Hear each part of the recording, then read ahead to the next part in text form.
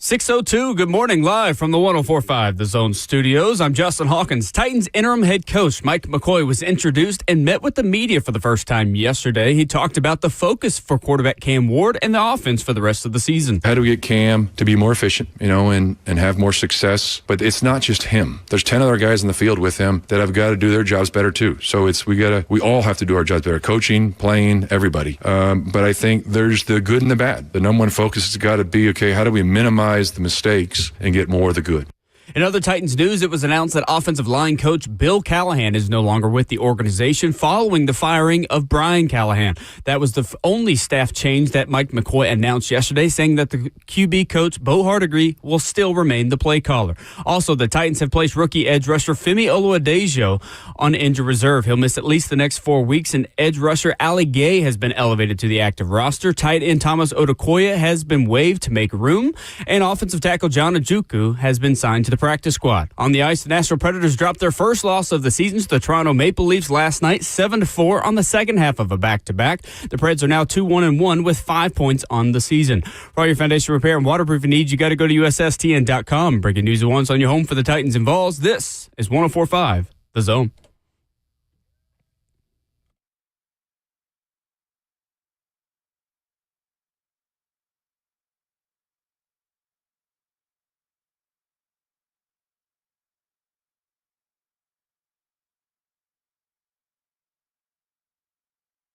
Away we go. Wednesday morning on Ramon and Will starts right now.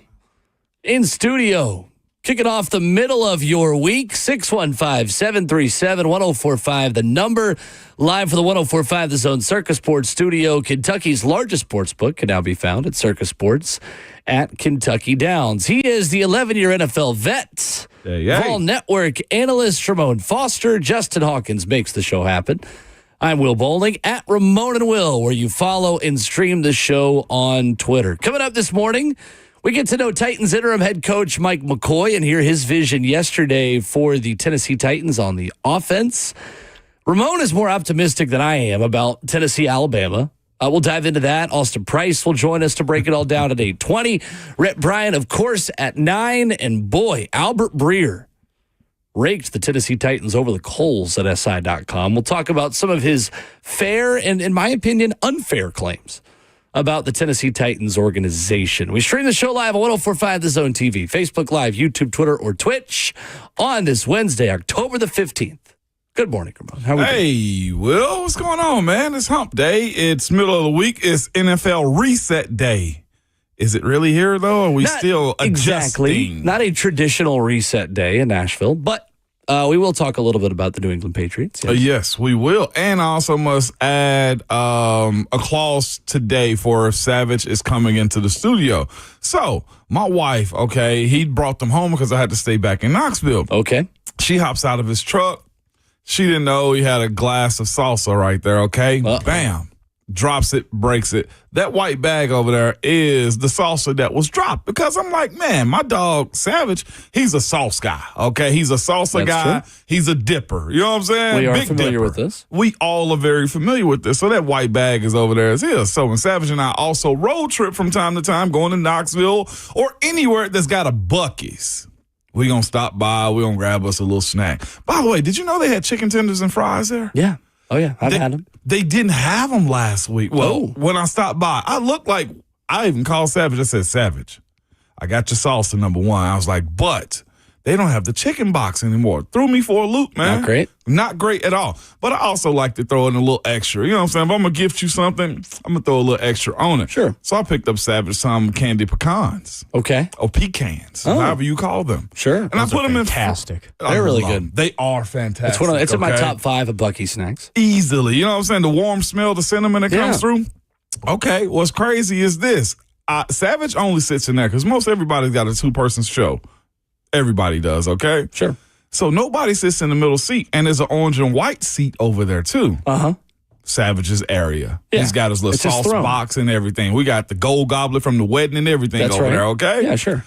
Well, I put some candy pecans over there. Okay. That bag is open. Oh, is it now? I did. It wasn't me.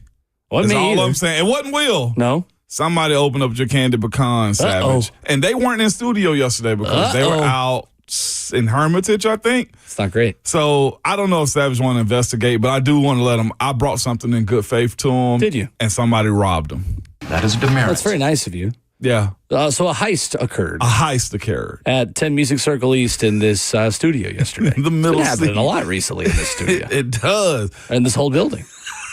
He already got his 2 suspects right now. Yeah, Slay in the F&M Bank chat where you can join us on the 1045 This on YouTube channel says that's Blaine or Pan. Pan meaning Lucas Panzica. I just want to know, man, a good deed was done and it got punished a little bit. So happy hump day, Will. Wow. I know, man. It really be your own people. But listen, maybe it's my fault for saying everybody eats. Well, yeah. Me and Joe Somebody Brady. said I'm everybody. Me and Joe Brady both got to stop saying that, I guess, then. Candy Joe pecans are elite, though. That's got to be a top 5 Bucky snack. Easily. And I tried the cashews and I think the almonds too. No, the pecans is number one. Easily number one on the list. Whoever stole those, that's nuts. Nice. Not my best, but it was right there. I had to say it. It was good. I'm not doing my That's job nuts. if I don't at least say it. And you can see those nuts live on 1045 The Zone TV. You Put them on screen? Yeah. Oh, okay. He's right in the middle of you two. Okay. Bag Get still dust open. for Prince while it's up there. Bag still open, Will. That's nuts. Tough. Tough. I would put Bert in there as well because Bert may have come in studio for it. No, they had a little lunch date. We need to have a lunch date soon, by the way. Sure, that'd be great. I'm so game. Don't for tempt me taking with a you good out. time. You want to go to our membership place that we go to? Sure. Over by where you used to not? live? Yes, absolutely.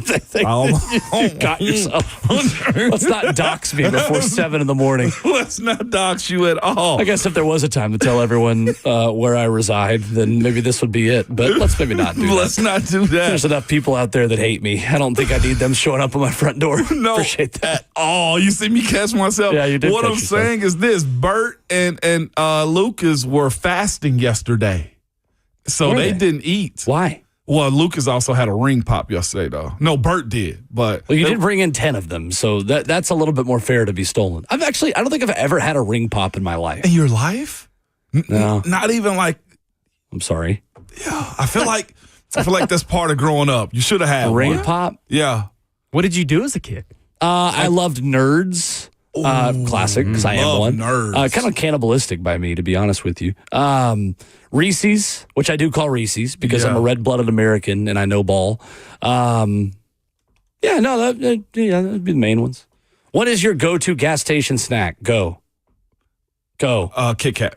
Kit Kat. I don't okay. buy it any other time except at the gas station. Caramel Bugles is mine. Caramel Bugles? Caramel Bugles. The nacho Sweet cheese and ones. salty. Oh, my God. Caramel Bugles with a ginger ale or a vanilla Coke. Man. All you need. You didn't grow up right if you didn't put them on your fingers and act like Edward Scissorhands. That's right. That's absolutely right. Like little claws. That is absolutely right. Mine would probably be combos or Pringles. Combos are good. Dude, I used to Combos are good. devour combos. I never eat them, though. Like, my aunties will have them all the time. Root has called in Come on, to Root. say something about Buc-ee's this morning. What's up, Root? First of all, fellas, you know they're breaking ground in Murfreesboro for a new Buc-ee's. I did know that. Yeah. Heard. That's gonna be awesome. But I was gonna tell you, man, their chicken tenders. And no offense, Ramon, but those chicken tenders. I mean, all they are is pulled out of a bag and stuck in a fryer. I know that. And they're good. But the fries are elite, though. Yeah, but those Philly cheesesteak burritos is elite. Oh. That and the brisket sandwich, I can't go without getting either one of those. Straight up. Or that deli roast beef sandwich with that horseradish mayo. You can't find that anywhere else. That meat is just perfect. Okay, I'll say this. On the burrito, though, well, that meat was perfect. What I would tell you is this, though. The burrito has a whole lot of beans in it, refried beans in it, kind of overfills it. You love that? And they don't customize. Okay. So that makes it difficult. But one other thing I was going to say, what if the Titans had repeated history? Because you know they fired Wade Phillips and they replaced him with his son. Bum Phillips, and they replaced him with his son Wade. What if they'd asked Bill Callahan to replace Brian. Be a little awkward. That could have been like history repeated. Yeah, it would be kind of A little weird right awkward. there. But it's the NFL. Do we trust anything about it right now? Thanks, Root. Thank you for the call, Root. I hadn't had the sliced turkey with the horseradish. What was with the horseradish, she said? Philly cheesesteak burrito, I thought he said. Does that have They have all horseradish? kinds of stuff. I don't know. The He best made, is he the made a lot of brisket. recommendations. Yeah, it's solid. Yeah. It's solid. You can't go wrong. And here's the thing, Root. I know the chicken tender's coming out of a bag. I 100% know. It's a gas station. Welcome to most establishments, to It's be a honest with gas you. station. Heck, I think even Chick-fil-A ain't bread and theirs. Am I right? Who's to say? Who's to say? Let's not ruin fast food for everybody. Yeah. Where you can get the best start to your day, though, is Scooter's Coffee, because that food is fresh, it is warm, it is going to be made very quickly for you when you order it on the mobile app, when you order it in Rivergate, Smyrna, Brentwood, White House, or Mount Juliet. Scooter's Coffee brings us to you. Amazing people, amazing drinks, amazingly fast. You can join us on the phone, 615-737-1045. I know there were a lot of you who tried to call in yesterday. If you weren't able to get in, we've got a little bit more time for you this morning. So you can hit us up on the phones, give your thoughts on Brian Callahan's firing, on the next steps, on our top 5 lists. Ramon, I've got a bone to pick with the people. I'm just going to go ahead and rip this out there now. I'm not going to tease this to the next segment. If you go on social media and you have criticism for a list, you should be required to give your own list. And many people did do that yesterday, and I appreciate them. At Will_Bowling, where I tweeted out my top 5 list for the Titans' next head coach position. But it's incredible how many people, terrible list. Let's see yours. Crickets. I'm here for it. Absolutely. I'm here for it. Absolutely. I believe in this with any podcast, any show. If I give you a list and you got issues with the list, I need you to tell me where the list should be better. I'm with that. Where should the list be better? I want to make that a proclamation. I want to make that a rule on the show moving forward. When we put out a list and you think it sucks, I need you to list what's better for me. I'm here for that. That's our rule moving Be forward. a problem solver. It doesn't hurt my feelings. Yeah. It's just like what do you mean? Well, why is it a terrible list? Tell me. List it better for me. Anyway. Because they got a phone and can tweet. That's why. I digress. Yeah. 615-737-1045 is our number. We'll get to, Oh, I love it when the inside jokes make their way into the show. Mike McCoy visited with the media. We'll tell you what he had to say next.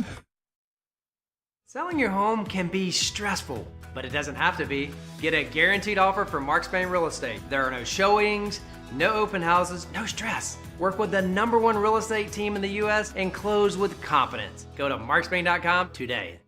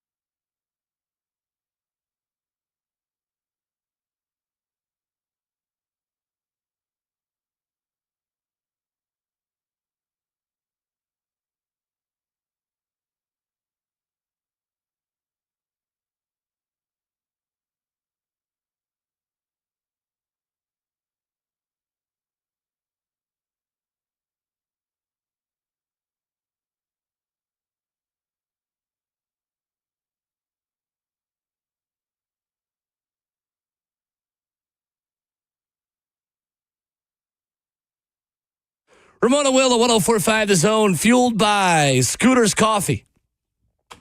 615-737-1045. Ramon Foster and Will Bowling. Talk a little bit about gas station food and Buc-ee's because there's been a heist in the studio. Ramon Foster got Ron Slay some pecans, and they have been taken. Daniel in Clarksville has a note about this. What's up, Daniel? What's up, Daniel? Hey, fellas, my own ear witness testimony I can give y'all. They were passing them out yesterday on the Buck Rising show. They were, wow. Lucas and Bert didn't really want any. I think Lucas may have eaten one, but they were thinking they were from Amy Adams Strunk's pecan farm. Stop it, Daniel. Daniel, we appreciate your service.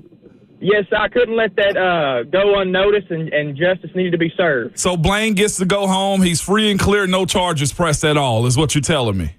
Nothing. Uncuff him, let him ride. Okay. All right. Thank you, Daniel. We got him. Appreciate the call. Just so you know, Ron Slay appreciates you. Wow. He appreciates you, man. I couldn't believe. I'm surprised we ain't heard from Savage. We'll get there when we get there. And he's not in the studio today. So by the time Savage gets in on Thursday, that bag might be gone. That's nuts, is what that is. Unbelievable. Unbelievable.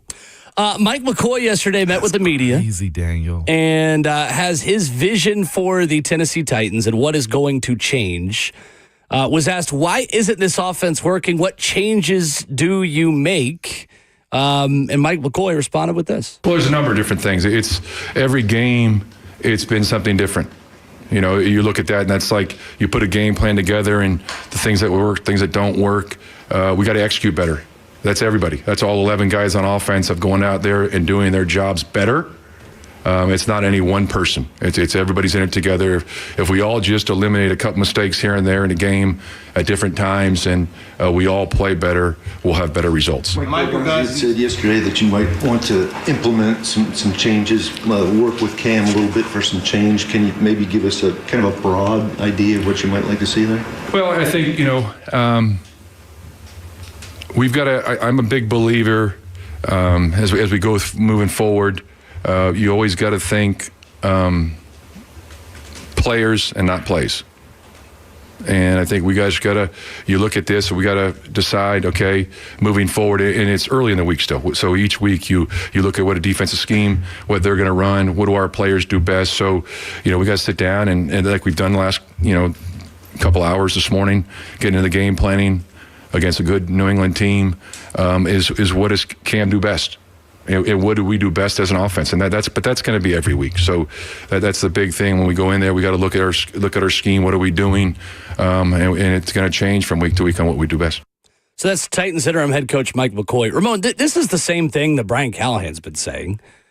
It just feels like now maybe what Cam does best is going to look different. And that's where I feel like maybe the Titans staff and new vision is going to change the qualifications of what Cam does best, because Brian Callahan's been talking about since April, the second they drafted the guy, that they want this to be like year 2 at Miami for him in the same way that he had year 3 at LSU be the formula for Joe Burrow in Cincinnati. What does players, not plays, mean for the Tennessee Titans at their best right now? It is, the NFL specifically has always been about the players, like coaches, and that's the whole Belichick Brady conversation that you continually have all the time. Which one was more important? And we had a heated debate one year before meetings. It was in the morning, when I was playing as players, and we were discussing Belichick or Brady.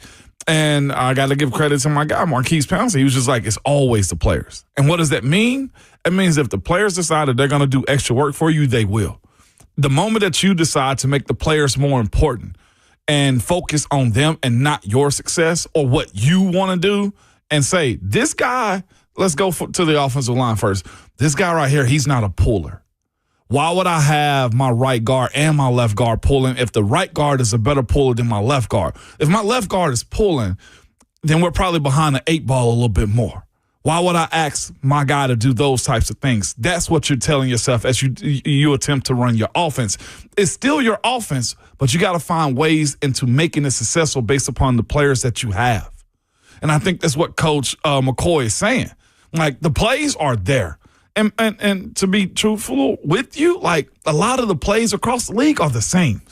They're different names, they're different formations, it's different times you run them, there's different ways to kind of scheme them up. And what I got from him and how I've seen this is this. What does Calvin do good? Let him do that. Instead of having Calvin run comebacks and drag routes, let's take him down the field a little bit more with a guy like Cam, because that's the main topic here. Cam, and you said it, others have wanted it. Cam is a better rollout guy. How can we find ways to put Cam outside the box where he's not playing free will, he's not playing backyard football, but what makes him successful? Yeah. And I think looking at the way he presented that to the press yesterday, Coach McCoy, they have a different plan than what Callie's is. And maybe it was too small of a menu for Cam Ward, and now they want to explore that more. I wonder what the conversation is with Cam. Maybe Callie, because he felt the pressure of the job, felt like he couldn't do as much. We'll see. I mean, I truly think everything's on the table, and you can't make total wholesale changes mid-season on the fly. But again, I think tempo, I think moving Cam around, I think play action passing and RPOs are going to be bigger parts of this offense moving forward. And it does feel like the Titans offense becomes more built for Cam Ward to get the best out of him, maybe more so than it was. And look, we've had this conversation so many times. How do you build the structure of an offense for a guy whose best moments aren't in structure? Yeah. It's a challenge. Shannon Dawson at Miami had to come to terms with the fact that there's only so much you can really do to put Cam in positions to be successful, because the best things that Cam does is when it kind of feels like he's playing backyard football off script a little bit. So there has to be a way to rein that in a little bit and make Cam play within the structure of an offense while understanding that the great ones are going to do things that you don't expect when you don't expect them to do it. So how do you put Cam in position to make those plays? I think you move him around. I think is the biggest thing. And getting him on the run to where his reads are simpler late in plays of either checking down this flat route, I've got a crosser over the linebacker. If the linebacker's sitting there, then I'm going to run and I'm going to put that linebacker in conflict to where they've either got to come up and hit me or I'm throwing it right over their head. Yeah. Simplify the reads by getting Cam outside the pocket. I think that's where you start with him. Let's go to the phones, shall we? 615-737-1045. Jason is in the borough up next. What up, guys? Good morning. Morning. I think Amy Adams Strong got it wrong when they was hiring Brian and his dad Bill. She got it reversed. It wasn't supposed to be Bill and Brian. It was supposed to be Bill O'Brien.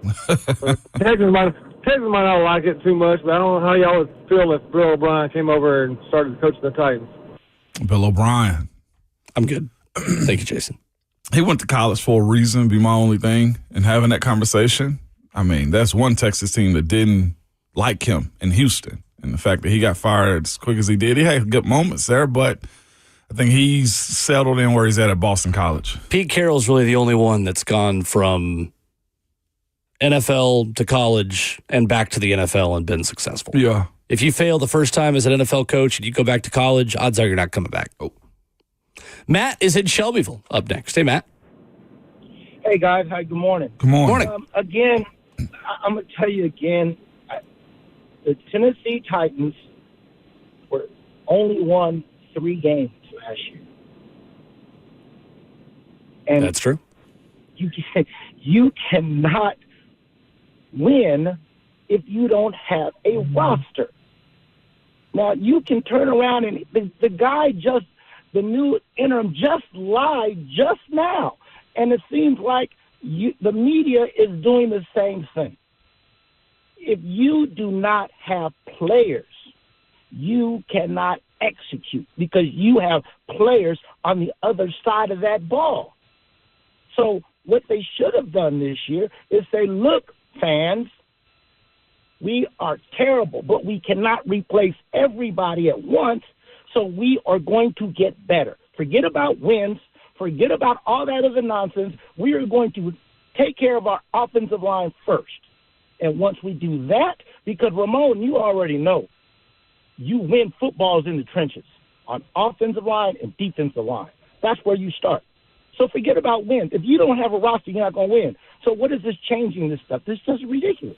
Well, but Matt, I think the point, though, is that on paper, their offensive line should be way better than it is, and it's not, right? Like, they have improved the team at a lot of different places on this roster. And yes, this team is not in position to really compete at the top of the AFC. I understand that, but the coaching staff also has a role in developing the guys that they have had. Do you feel like anyone has gotten better? Do you feel like anyone's being developed?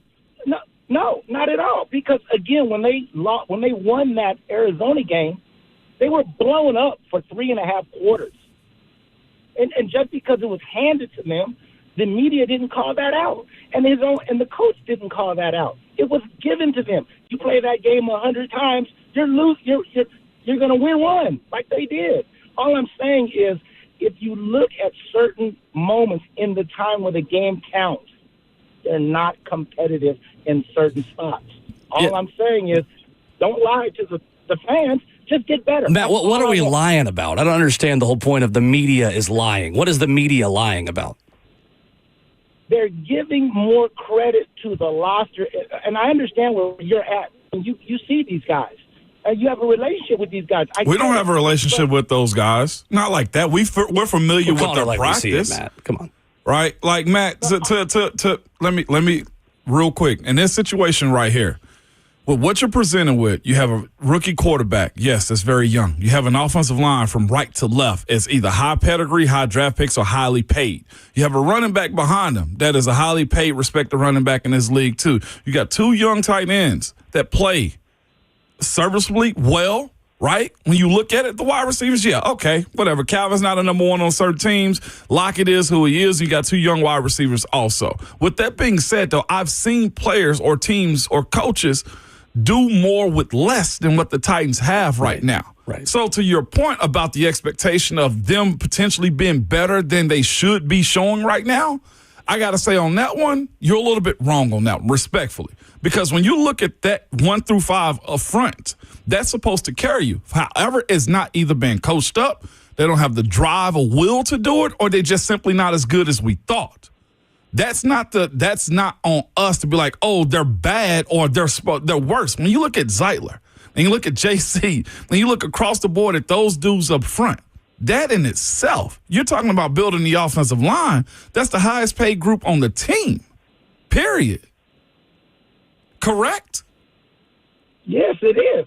But again, your problem again is they're not as good as we think because you're putting them there to the other side, and they're not competitive for 4 quarters.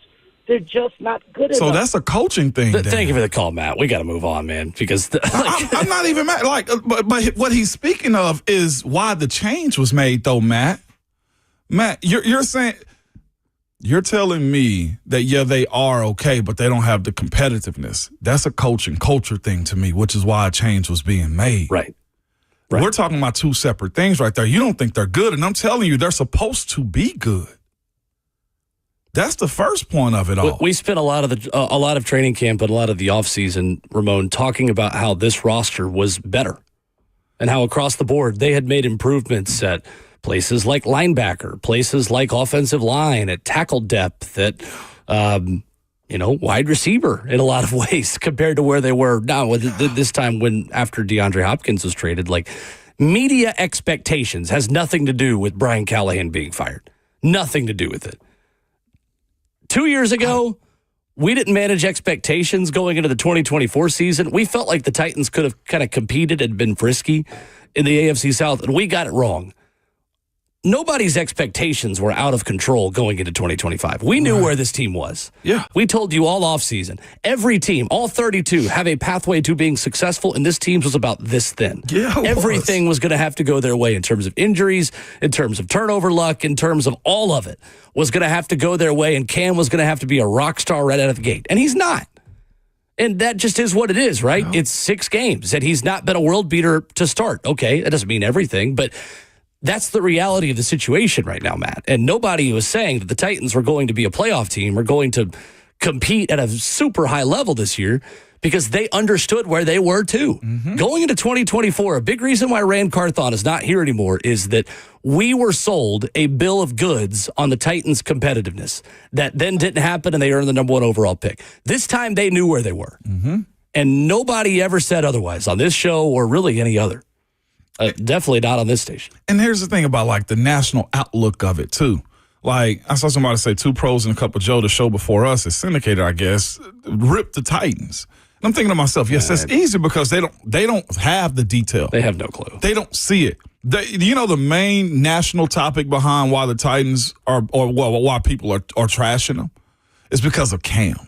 Well, it's because of Cam, and then they see someone getting fired after 2 years saying, like, oh, there they go again, firing somebody way too early. Now, that part of it, we've criticized that. We're going to talk about that in a half hour because Albert Breer wrote a column I thought missed the mark pretty widely, talking about how the problem with the Titans is they keep firing people too quickly. Now, the problem with the Titans is they keep hiring the wrong people that they are then forced to get rid of quickly.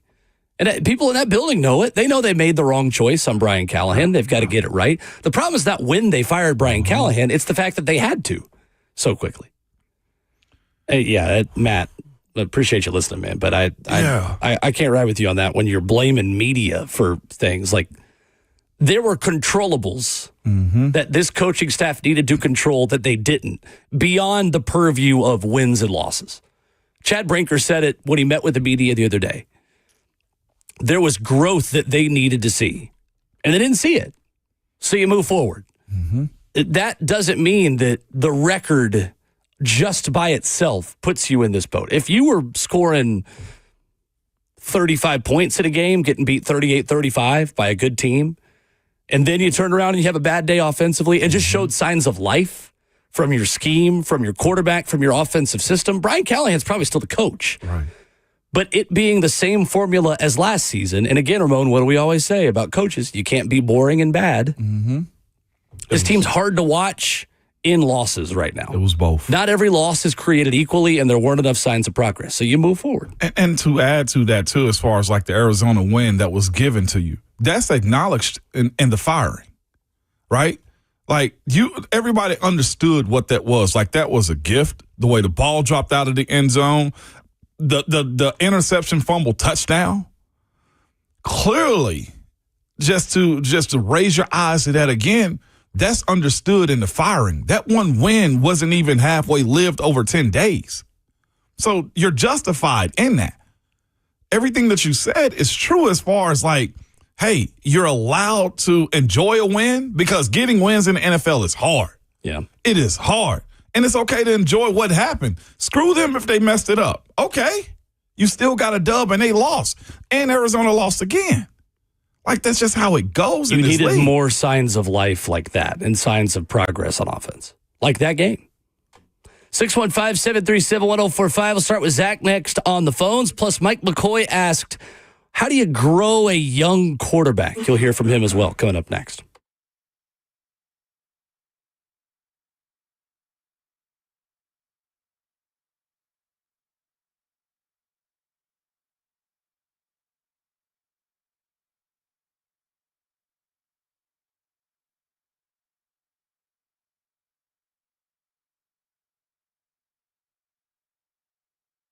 You know, Genesis Diamonds has the most amazing selection of hand-picked diamonds at unbelievable prices. But did you also know Genesis has the best selection of pristine, hand-picked luxury pre-owned Rolex watches? In fact, they're having a huge 2-day Rolex event, and it's happening October 24th and 25th. It's an incredible display of Rolex watches at killer prices.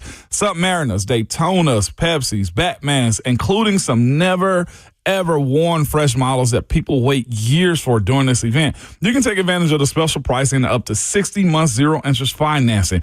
And listen to this real quick.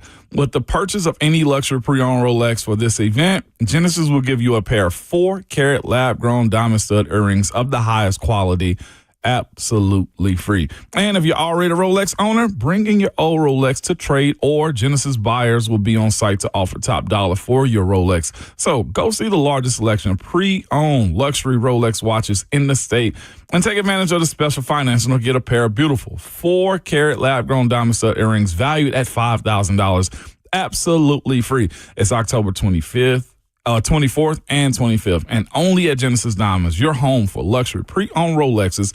They're located in Green Hills and Cool Springs. See store for details while supplies last. It's Ramon Foster for All-American Pest Control, man. Fall in Middle Tennessee. Cool weather, football, family time. I told you a second ago, I love it. I'm sure you do too. But you also know who else loves it? Pests, the stink bugs, Asian lady beetles, mice, even termites that don't slow down just because it's the fall. Y'all know how the mice are. As soon as they start just moving around, you see one, go ahead and get them out. All-American can do that for you. And that's why I trust All-American Pest Control. The Complete Care Max program provides maximum protection season after season with one simple plan. And it's also just a peace of mind every time too. So reach out to the company I trust, All American Pest Control. You can visit their website at yuckbugs.com. That's yuckbugs.com. And make sure you tell them Ramon sent you.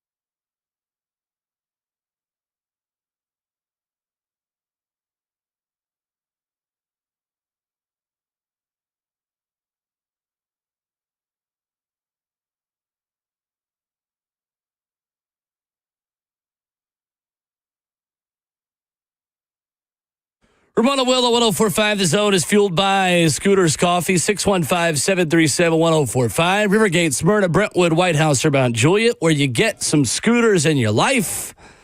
Amazing people, amazing drinks, amazingly fast. We go back to the phones. Zach is up next. What's up, Zach? Good morning. Morning, Zach. Good morning, guys. What's going on? So Bill Callahan is supposed to be offensive line Jesus. Did we ever see any improvement No. with the offensive line with him there? No. Big Bertha, I mean, sorry to interrupt, but Big Bertha, whatever. I mean, never saw any offensive line improvement, and I think that's the first thing that needs to be addressed when they rebuild this roster. They definitely need to rebuild this roster. I'll hang up and listen, guys. I appreciate y'all. Great show. Thanks, Zach. Thanks, Zach. I will 100%. say that was one of the most confusing things about this team was the inability to make this offensive line better. Even last year with the rotation at right tackle, it was confusing how either you couldn't spot either the talent that he wanted or the fact that he didn't coach him up the way I thought they should have been. Like I said, the one thing I liked about him is his regiment of continually teaching guys technique and the grind of the job. Sure.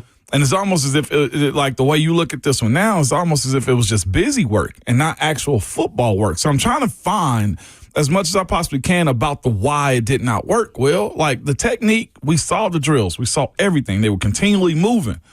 And for the life of me, I don't understand why that didn't translate over, why this group didn't move bodies up front or become a collective unit the way you thought they should have. And maybe this is 2-3 years into this thing, but what I do know is having played for a guy in Mike Munchak and be coached by him, it was the physical, but it was also the mental. Yeah. And we've heard that be Coach Callahan. Coach Callahan's calling card too. So you do have to look at, okay, is it the product of the guys? I know JC was a damn good football player in college, right? Peter Skoronski's gotten better. Lloyd Cushenberry has too. And none of these things have translated into a competent offensive line that's won you games in the last 2 years. I mean, they've been trying to fix it since in 2021. It was Taylor Lewan, Roger Saffold, Ben Jones, Nate Davis, and David Quisenberry / Dennis Kelly. We've been looking for good line play since then. And it just feels like ever since Keith Carter and Mike Vrabel, who's coming back to town, of course, this weekend, weren't able to develop young linemen to replace the veterans that they had either signed or were developed by the previous staff. This team has been in offensive line purgatory. I mean, Bill Callahan, I don't think was offensive line Jesus. He was at worst or at best offensive line John the Baptist. He's preparing the way for whoever's next, who can make these guys better. But maybe the holy water he was sprinkling on those linemen was just water. It was just at water. the end of the day. It is one of the biggest surprises of the Brian Callahan era to me, the fact that this offensive line, to a man, did not get better just as individuals, right? Like, I understand that there are sacks you're going to give up with a rookie quarterback that aren't on the line. Yep. But aside from Peter Skoronski, who has gotten better under Bill Callahan's leadership on this offensive line? I don't think anybody has. I mean, the fact that you couldn't find an answer or hide the right tackle issues last year, we blamed it on the talent. Right. But I'll say this real quick. I saw Chris Hubbard be a backup and didn't have a drop-off when he started for us in Pittsburgh as a young, undersized tackle. I just mentioned David Quisenberry and Dennis Kelly when they were here. The Titans replaced Jack Conklin with a lot of guys at right tackle. You didn't miss a beat with. Backup level tackles who performed well enough because there was a foundation for the other four with them, too. Ben Jones set the tone. Taylor Lewan, when he was healthy, set the tone. Roger Saffold is one of the best run blockers of the NFL in the time that he wore a Titans uniform. I don't know what these guys are great at. I don't know what these guys are good at. What tone are they setting, Ramon, other than getting their quarterback hit time and time again? The most telling way in order to figure out if a guy or if the offensive line is good is in one specific area. That is owning the line of scrimmage in the run game. Despite the defenses thrown at you. No, Will, listen to me. there will be times where you got to go have it, where it's 8 men in the box. I thought you were talking about this team. I am talking about this team. Like, they never have established that. Right. In the last 2 years. I thought you were saying this team has already established the run game. No. Because right now they're 31st in the NFL in runoff. And that's what I'm saying. Right. That would have been one sign of them being better, is if they were just beating people up at the line of scrimmage, and you don't see that. Mm-hmm. Right. Eric on YouTube says Bertha is outdated. I think Bertha might be in the bottom of Lake Ambulance at this point. At this point, I'm talking about Bertha and Olga are put out to pasture. I'm a little disappointed in Zach's call, because what he called you, or what he talked to y'all about, is not what he talked to me about. What did he say? So we've had Bill Callahan, and we've had Brian Callahan. He wanted to go get Bill O'Brien. He wanted to go. Oh, it's because somebody called her that earlier, right? No, that's what Zach was calling me about earlier, because he was talking about offensive line, but he also said Bill and Brian. Somebody brought up said Bill that earlier, so he probably changed his topic. Did two people want to talk about Bill O'Brien? That was somebody at like 6:05 this morning. Yeah, it was two people called about. No, this was very recent. I don't know. Okay, we'll figure that one out. Bill O'Brien's not going to be the next head coach of the Titans. No, I can't see that one. He's not. Mike McCoy spoke yesterday. We played you a little bit of it. He was also asked about how do you help a young quarterback grow, and the Titans interim coach had this to say. Experience. There's nothing like experience. And, I've been doing this a long time. And when you get into a new system, whether you're a veteran or you're a rookie, especially a rookie at any position, it takes time to get used to the game. And I know you've had a ton of success in college, regardless of what position you're playing. Then you get to the NFL and everybody's good. And the talent level, any Sunday, you go out there and win any football game on Sunday. You see how the league's already happened, what's going on, through 6 weeks so far. People call them upsets, this and that, but it's if you don't play your best, you're going to get beat. Or if you go out there and play your best game, you're putting yourself in a position. And then it comes down to, situational football. Are you executing at the critical times of the game? Are you making that kick at the end of the game to win it? All those little things. So there's so many different things that go into it, but there's a developmental phase and there's a growth of players we're always going to look at, regardless of what our record is, we're trying to play better the next week. That's the number one focus. Regardless of what your record is, you're trying to improve. Even in games late, I was very fortunate to work with Dan Henning. And, I was kind of raised by Dan Henning and Richard Williamson in Carolina days a long, long time ago when I wasn't gray, and they always talked about with the team that, listen, you're always playing for the next week or the next series, regardless of what the score is. If you're ahead, okay, now you're getting in a 4-minute situation. You're doing certain things to always get better, regardless of what the situation is. So we're going to look for, how do we get better every week? That's Titans interim head coach Mike McCoy speaking with the media yesterday. 615-737-1045. Ramon is a lot more confident than I am about Tennessee's chances in Tuscaloosa. Finally, we get to the third Saturday in October, which we'll talk a lot more about this morning. Coming up next as Hour 2 begins, Ramon and Will, 104.5 The Zone.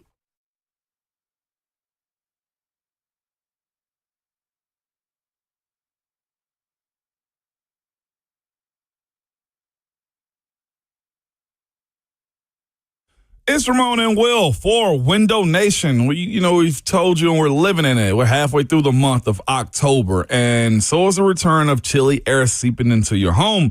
But that's if you have old, stuck, or cracked windows. You can eliminate annoying drafts once and for all with their top quality replacement windows from Window Nation. Window Nation, they have some of the best replacement windows out there. And their installation crews, man, they finish the job in 1 day or less so you can get back to your daily routines with the minimal interruption. Window Nation just simply wanted to make it more affordable to you and tell you about their deals, Will. This month, Ramon, when you buy 2 windows, Window Nation will get you 2 for free. There's no limit to how many windows you replace, and your total price includes 1-day installation. So make no payments for 2 years, no monthly payments, no down payment, and no interest until 2027, which is a big deal with the holidays coming up. Put an end to your window problems before this beautiful fall weather ends. Call Window Nation at 866-90-NATION, or you can head online to windownation.com. Schedule a fast free estimate now with the pros at Window Nation online at windownation.com.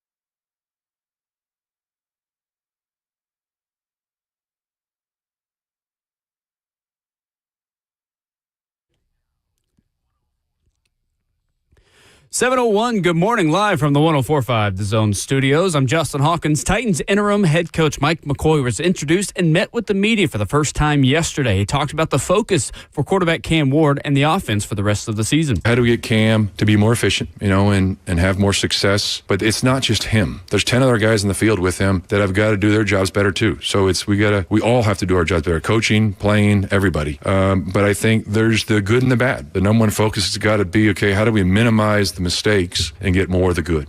In other Titans news, it was announced yesterday that offensive line coach Bill Callahan and the Titans are parting ways with the organization following the firing of his son, Brian Callahan. This was the only staff change that McCoy announced yesterday, saying that quarterback coach Bo Hargree will still remain the play caller. Also, the Titans have placed rookie edge rusher Femi Oluwadejo in injured reserve. He'll also miss the next 4 weeks. Edge Ali Gay has been elevated to the active roster. Tight end Thomas Odukoya has been waived to make room for that change, and offensive tackle John Ojukwu has been signed to the practice squad. On the ice, the Nashville Predators dropped their first loss of the season last night to the Toronto Maple Leafs in Toronto, 7-4 on the second half of a back-to-back.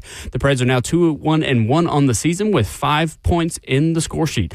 For all your foundation repair and waterproof needs, you got to go to USSTN.com. Breaking news at once on your home for the Titans and Vols. This is 104.5 The Zone.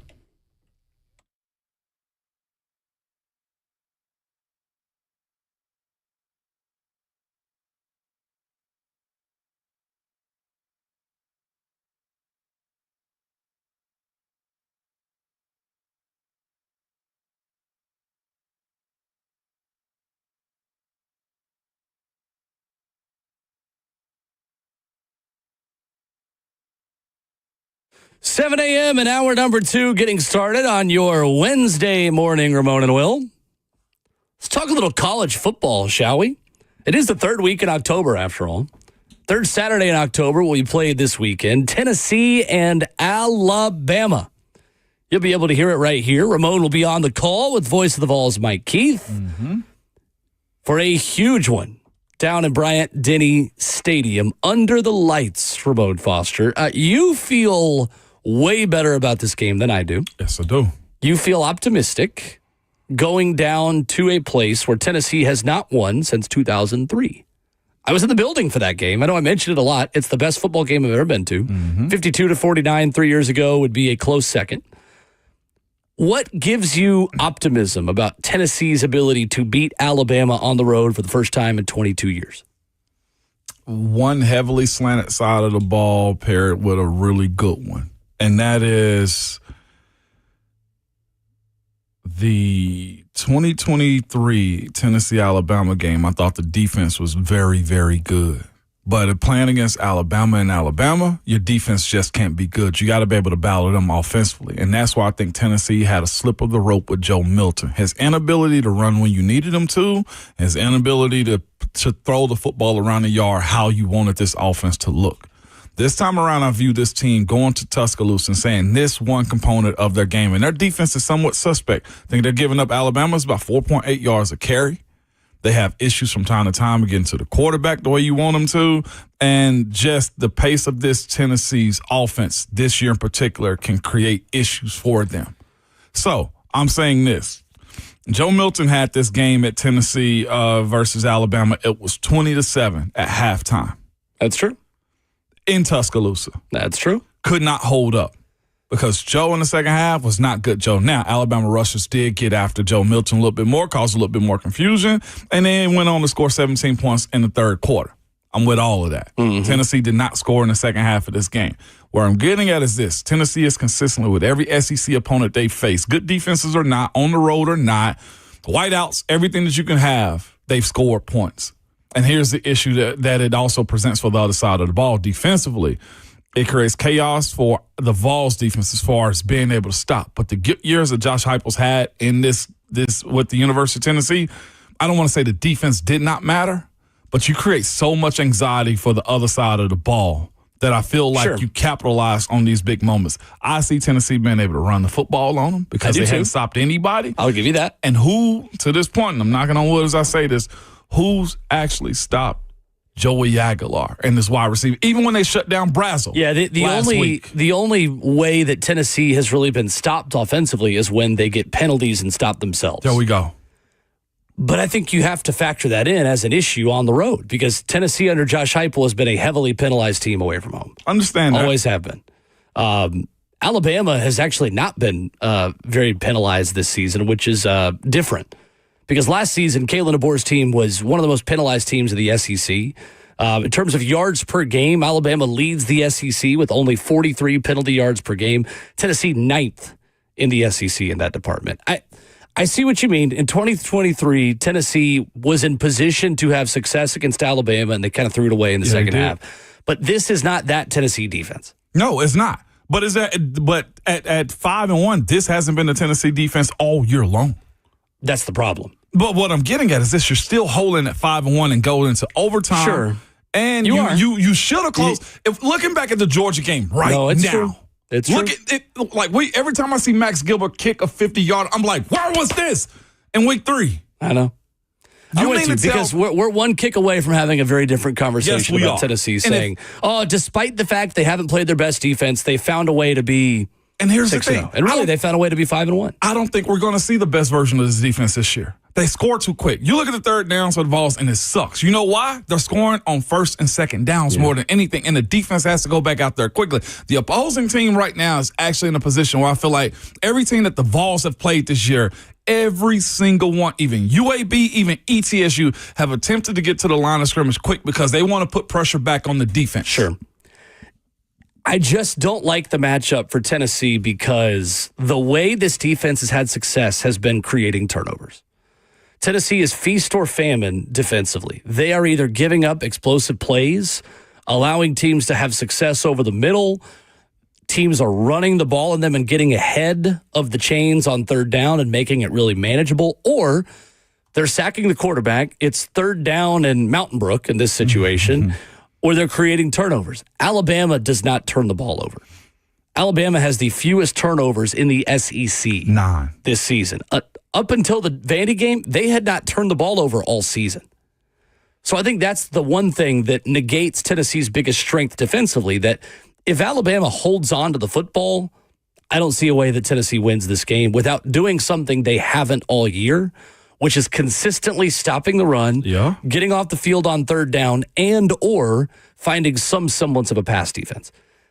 I don't love the matchup with Tennessee 118th in college football against the pass, allowing 277 yards per game, against an Alabama offense that is 10th in college football with 304.5 passing yards per game. Now, that being said, the Alabama offensive line is vulnerable. They've allowed 13 sacks this season, middle of the road in the SEC, and Tennessee leads the SEC in sacks. That's harder to do when you're playing in someone else's building. You don't have the benefit of timing up the snap count and the silent count. However, we've seen Alabama struggle offensively when Ty Simpson doesn't have time to throw. Tennessee's pathway to victory is, again, either just magically stopping the run consistently for 4 quarters, which I don't see happening, unless, Jam Miller really can't go and Alabama just kind of helps Tennessee in that category, or Tennessee is able to get after Ty Simpson and force mistakes that he's not made up until this point. I mean, there's a pathway to doing it. It's only an 8.5-point spread. Like, Tennessee can win this game. I just don't love the matchup of this pass defense going on the road against, I think right now, the Heisman favorite in Ty Simpson. Understood, but here's what I do know about Ty. Ty's good. I got to give him very good. Very accurate, throws under pressure. He's been really solid. The one thing I think that's somewhat broken this defense more than anything has been the ability of a mobile quarterback incorporated into those offenses too. I agree. Ty doesn't check that box right there. He hasn't so far, is what I will say. So if Tennessee does what it's been doing, and that is get after the quarterback with 26 sacks on the season right now, I view this team being able to get him outside of his realm, scrambling, looking down the field, and being more opportunistic. Again, I'll say this. As much as this defense has been a detriment to the Vols this year as far as not being able to stop the run consistently or the average amount of points that they're giving up, nobody so far has answered the call of stopping this offense. And that's why I think Alabama has a dagger in his side. Is what Florida State did to him in the first game of the season.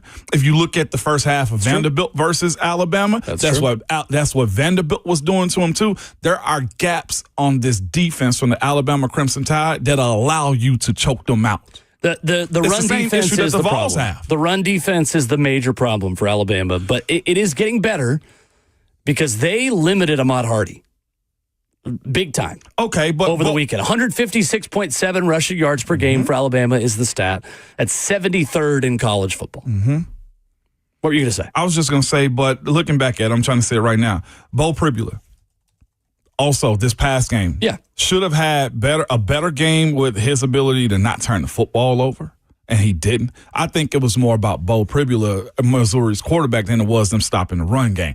Again, they still gave up 163 on the ground. I go to the ability to pass the football in Alabama, and that rush isn't what it was last year or the year before. They're solid on defense up front. We're going to see. They're not world beaters up front. I think the positive for Tennessee in terms of the pass defense matchup is you can play man because you don't have the threat of a running quarterback as much as you did last week. Tennessee is going to struggle with quarterbacks that can create in the off-script run game. Taylon Green is the worst possible matchup for Tennessee defensively. And we talked about it going into the game. Tennessee is bad at zone defense, considering its linebacker limitations and coverage and its youth at safety and guys that haven't played, and Idris Farouk and Sidney Walton, who are struggling right now. I think Boo Carter is struggling right now in that department in zone coverage, as dynamic of a playmaker as he is. So then if you can't play zone and you have to play man, that is a nightmare against a running quarterback that then sees that you're in man, and with your back turned to him, he just takes off and runs. I mean, how many third downs did Taylon Green convert? It's not an excuse. Like, this is a problem for Tennessee defensively. The question I have then for Alabama is Ty Simpson dynamic enough and athletic enough to take advantage of that weakness? When he sees Tennessee in man, and either can Tennessee cover long enough to limit Ryan Williams, who did not have a catch last week, by the way. Mm-hmm. So they may force feed him a little bit more, but Brooks and Horton and Cuevas and Miller and Bernard and all those guys in the pass game, A, can you cover them? Or B, is Ty Simpson athletic enough to take advantage when they are covered and run against man? We're going to see. I think it comes down to which team runs the ball better and if Tennessee can force turnovers. I think Tennessee has got to force multiple turnovers in this football game to have a really good chance of winning. The positive is they've done that pretty much every time they've taken the field this year. The negative is Alabama takes care of the ball better than any other team in the SEC. I think you get more of a 2022 game. I think you do. I mean, that's kind of what Tennessee has to do, honestly. And that's Tennessee's probably got to score in the high 30s or 40s to win this football game. I trust that defense, the Vols defense, being more opportunistic than what Alabama's presented to themselves this year when it comes down to those moments. I hope you're right. I'm skeptical. I don't have a good feeling about this game at all. But if it was in Knoxville this year. Yeah, but it's not. I know, but I'm just saying. Like, if it was in Knoxville, we're having a totally different conversation, but it's not in Knoxville. This is very true. I 100% agree with you there. But the way I view this matchup is both team has its flaws. Yeah. And I like Tennessee's ability to get over theirs more than Alabama can with them. Sure. Is simply all I'm saying in this one. Well, the one thing Tennessee can't do is get really behind, because if Alabama's weakness is running the ball or run defense, and again, like, they're still getting better at run defense too, to be fair. A lot of that is inflated by just an awful debut against Florida State. But if Alabama struggles to stop the run, you can't get down 2 or 3 scores to then where you have to abandon the run. No doubt. Because at that point, on the road, in that place, hostile environment, they pin their ears back. You're in predictable passing situations. Joey doesn't have the benefit of play action holding those linebackers. Then you get in real trouble. Tennessee has to start fast, which they've done all season. Here's the thing behind that. They've lived this life on the road before, Mississippi State and Starkville. Yeah, but this isn't Mississippi State. I know, but it's still an SEC defense. And here's my point. They had to go get it through the air, and they did. You have to somewhat believe that part of this offense, too. Whether Brazel's been shut down or Mike Matthews been shut down, or you got to start using the tight ends the way they did this past week against Arkansas.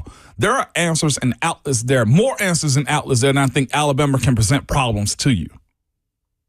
Just my personal outlook on this one when you look at both defenses and how these offenses are going to be constructed. I think if Jam Miller gets going in this game right here, I feel better about the Vols winning this one because I feel like Ty has to be the answer for them. Because he's going to try to force feed it, to your point, the young wide receiver in Ryan Williams. 615-737-1045 is our number. I would love for you to be right about all of this, by the way. I'm with you. I'm here for it. I'm with you. The cigar that I will have in my living room. I won't smoke it in my living room. I was about to say, but the cigar that I will find will be certainly hoping that you're right. Coming up, Albert Breer had a lengthy piece at SI.com about Titans dysfunction. Many of the claims he made were fair. I think many of them were also unfair. We'll dive into it next.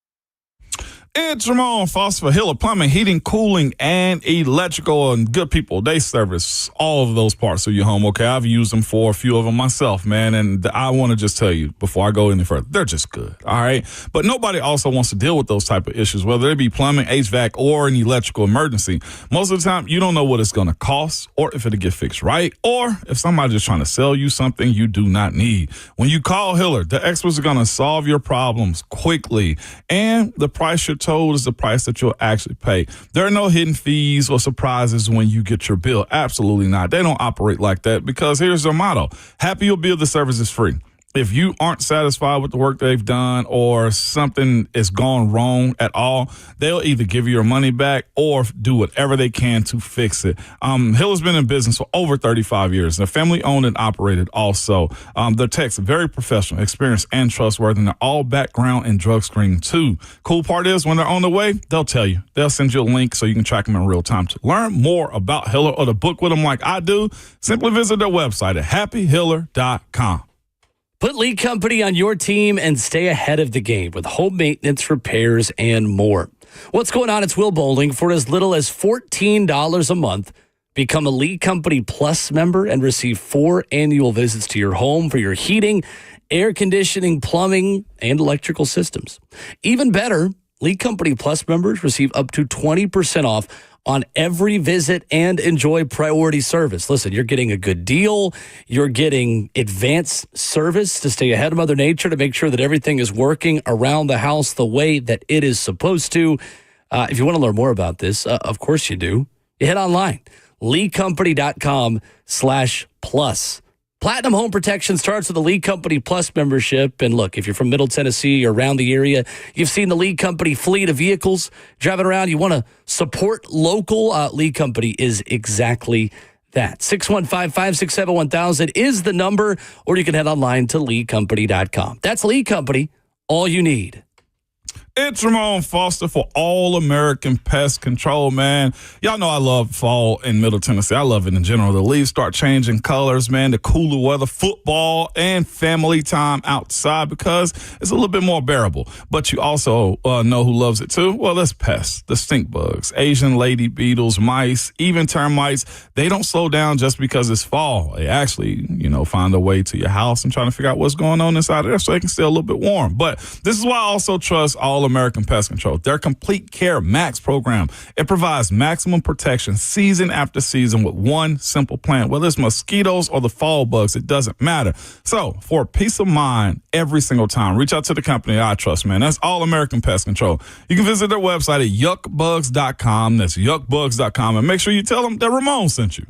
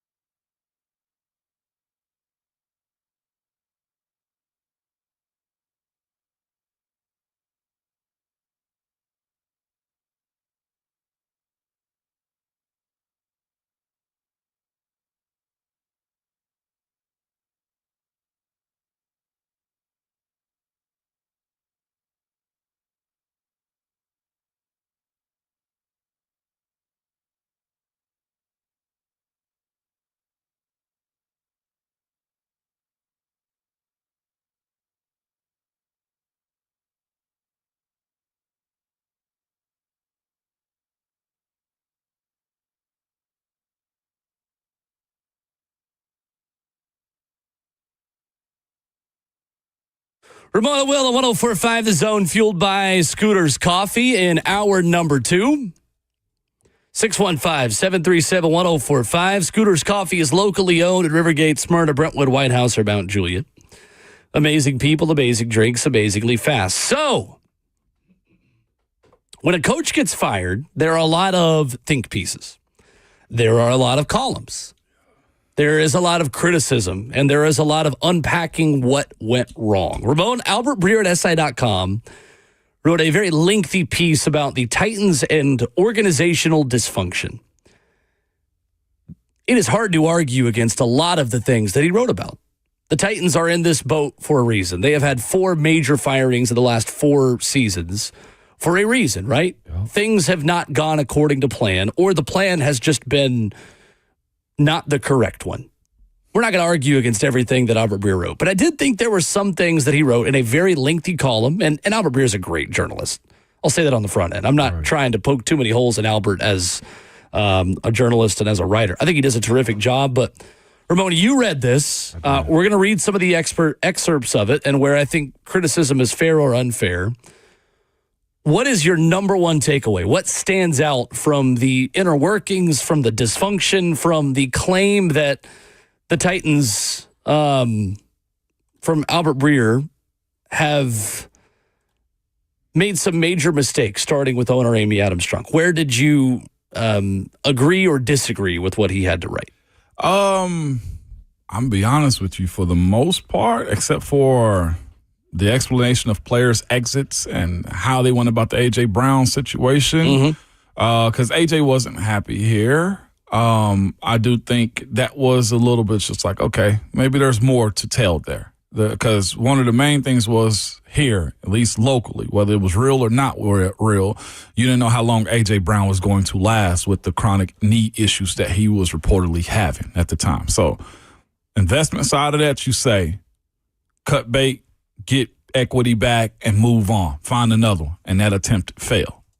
I 100% get that. The biggest, I guess, point of this story to me was the piercing, I guess, blaming on Amy Adams-Strunk. How her inability to understand how to run her business, or the people she's asked to be empowered to help her run her business. I thought that was one of the most telling sides of this story. I'm not sure who he talked to, how he got his information, but it seemed to me just nationally somebody like Albert Breer saying out loud, hey, you're an emotional wreck when it comes down to managing wins, good times, and bad times, and this has to stop. Sure. I thought that was true. Albert Breer writes at SI.com, quote, his words here, the perception percolating internally is the swift move to remove Brian Callahan was a result of an owner wearing the embarrassment of her franchise's performance. Once humiliated by the A.J. Brown trade or feeling shut out by Vrabel, or like she had to act after sinking to the bottom of the league last year, there she was Sunday with a large family contingent at Allegiant Stadium as her team gave a badly struggling Raiders team its get-right game. He continues. Still, even with players privately grousing some, they liked Callahan. As a result, things hadn't gotten toxic. That's why until Sunday, the idea was to give Callahan the season, under the premise that firing him wouldn't accomplish much, parentheses, and could actually work against the team with the accompanying loss of Callahan's father and respected line coach Bill Callahan. Strunk wasn't there, which is another element of all of this. Albert Breer continues to write. She was home in Texas and isn't around much outside of game days. She talks to team president Burke Nighhill and Chad Brinker regularly and communicates with players too. But her decisions have been made without the day-to-day context that being in the building more regularly would give an owner. Here's where Albert Breer then takes this a turn that I don't think is fair. Quote, you could argue if she had that context, maybe the John Robinson-Mike Vrabel tandem would still be around. Nah, I don't know about that one. Don't know about that one. Albert Breer goes on to say, talking about John Robinson and Mike Vrabel's resumes, saying, John Robinson traded A.J. Brown, which was largely because of a knee condition threatening the receiver's longevity, which is why doctors advised the brass not to extend him. Going back then, Ramon, that was a major talking point. It was a huge talking about A.J. point. Brown. He was never healthy, the knee problem, a lot of the things that Kansas City people said about L'Jarius Sneed when he left there, we were saying about A.J. Brown. Yep. So, not to play too much of hindsight's 2020, if you knew A.J. Brown was going to be this healthy for his second contract, you probably extend him here. But you don't have that crystal ball. Real quick before you go further, do you? Because the whole thing was on AJ's knees was AJ's also got a block in this Derrick Henry-led offense, okay? Yeah. Does Philadelphia have a more physical style of play than what the Titans did in that era? Because that was the question. Can AJ hold up for Vrabel as a blocker or physical wide receiver? Sure. Because Philly is very physical too. Right. You know what I'm saying? Like, what was the difference in the two while AJ's extended out right now? Yeah. It's a good point. You know what I'm saying? Like, It's a good why? point. Like, would this system still have made him have those same injury issues, whereas the Eagles put him in more of a position to be successful and healthy? By not asking him to be a road grader for Derrick Henry running the ball 30 times a game. Right. So then Albert Breer goes on and says, there was the perception of a for us or against us feel inside Titans HQ with the, quote, Vrabel guys. And sure, the team went 7-10 in Robinson's last year and 6-11 in Vrabel's last year. That said, Robinson inherited Marcus Mariota, a 3-13 team coming off 4 consecutive losing seasons and had winning records in each of his first 6 years in charge. That's all fair. Vrabel arrived in the third of those seasons and made the playoffs in his second, third, and fourth, winning the AFC South twice, getting to an AFC title game with Ryan Tannehill. Then Albert Breer, I think, goes a step too far. Quote, I tend to think those two guys were, on balance, pretty good at their jobs. Again, fair. Everyone in the league knew it, and maybe Strunk would have too if she was around more. Are we just going to ignore the issues that John Robinson had drafting late in his tenure here? Because again, Ramon, the biggest reason we're in this mess was because you went Isaiah Wilson, Caleb Farley, Treylon Burks with 3 straight first-round picks. Mind you, then, your second-round picks, then, out of the 3 second-round picks you made after those 3, in those 3 draft classes, supposed to be major foundational picks, one of them is on the team, Roger McCreary, and Jeremy Fowler told us yesterday he might get traded. Right. You don't have Dylan Radins. You don't have Christian Fulton. Third-round picks, again, major building blocks. Nicholas Petit-Frere, Malik Willis, Monty Rice, Elijah Molden, Darrington Evans. Nate Davis, if you want to go back to 2019. None of those players are on this roster. So this idea that because Amy Adams Strunk is not in the building meant that maybe she would have kept John Robinson, that's very unfair.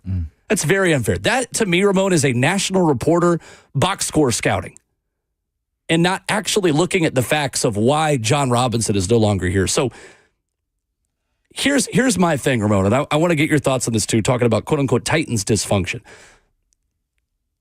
Have the Titans fired any of these people at the wrong time? In the moment, whether it's Mike Vrabel, Rand Carthon, Brian Callahan, have the Titans made any firings where you felt like in the moment the timing wasn't right?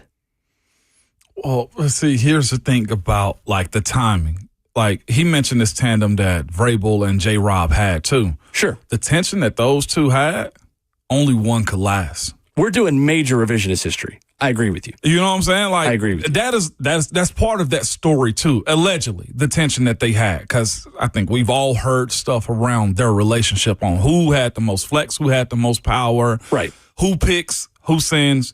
Vrabel wanted his own groceries. 100%. I don't think that. Now, his point about maybe her being in the building more and seeing that relationship be what it was, or at least being able to mend that relationship. A GM and a head coach shouldn't beef. Not over a long extended times. Right. Now, what? I'll say this one. The Vrabel firing is also in the same conversation. It was a power struggle. Is it foolish to be beefing with your coach or to feel like your coach has more power and influence than you as an owner or you in your front office? This is where the portion of me is just like, one, there has to be synergy from top to bottom. Sure. And since J-Rob and Vrabel hopped off the wagon in 21, there has been none of that. There's been abstract organizational structure. It has been. And weird chains of command. Can I be honest? I feel like it still is. Now it's just not between head coach and GM. It's between president of operations and GM.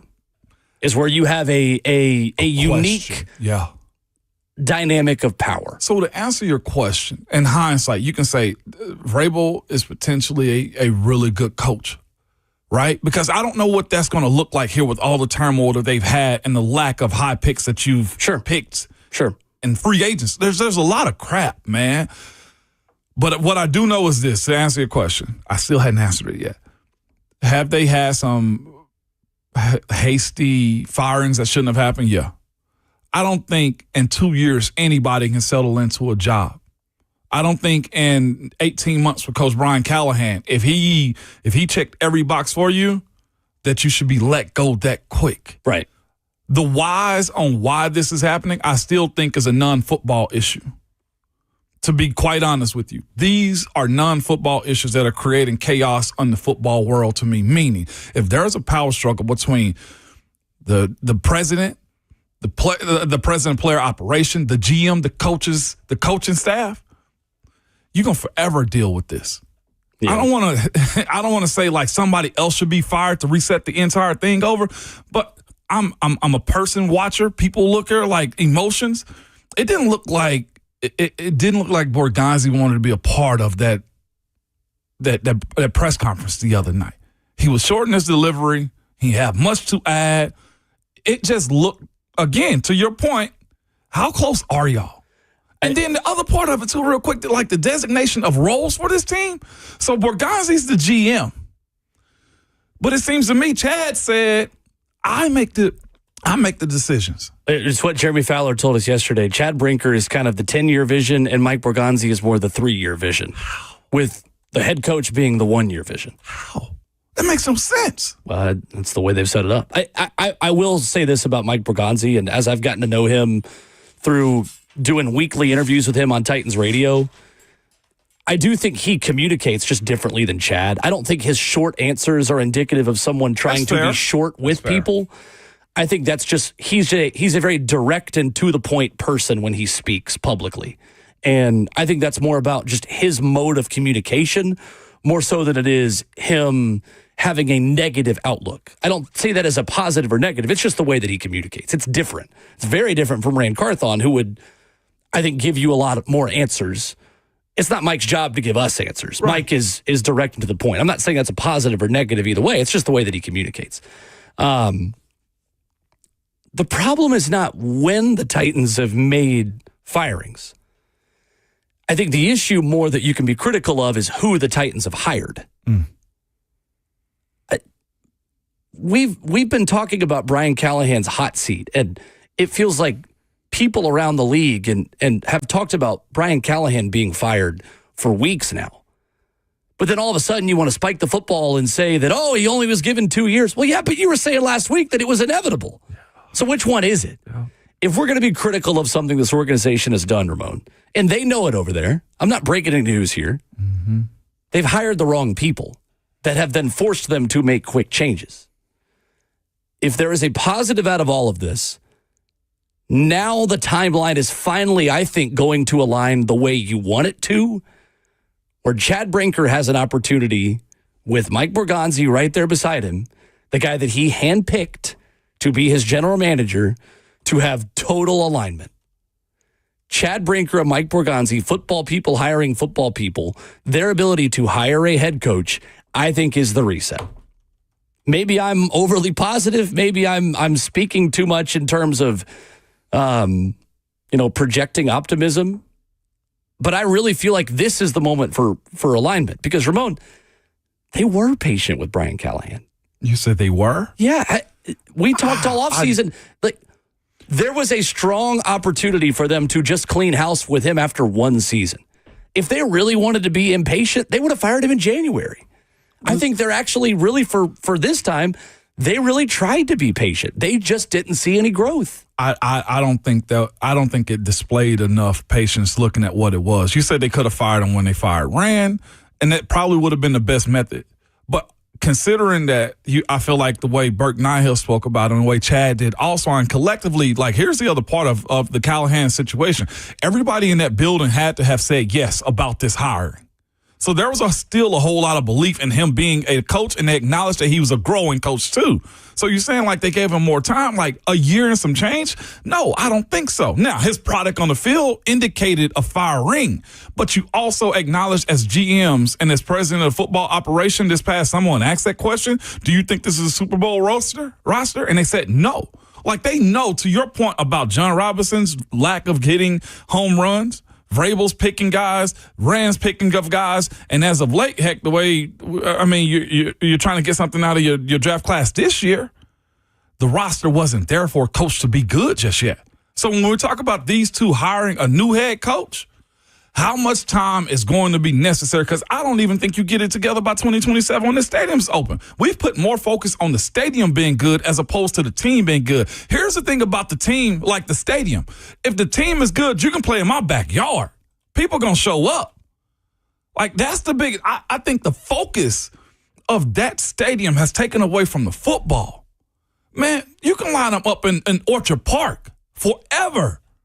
And they don't have to be good. I mean, and they'll show up. The product on the field is where the focus got to be. And if you're telling me you're going to hire a new coach again, how long do you get? Because if this one sucks in 2 years and that stadium's about to open in 27, they're going to be the questions again. Well, the team isn't good, but we got a new stadium. So let's fire another coach so we can walk into this thing with a lot of optimism and that H word, hope. The product got to get good, and it's going to take time. And I don't think, personally, Callie had enough time, even though he was bad. How much more time would you have given him?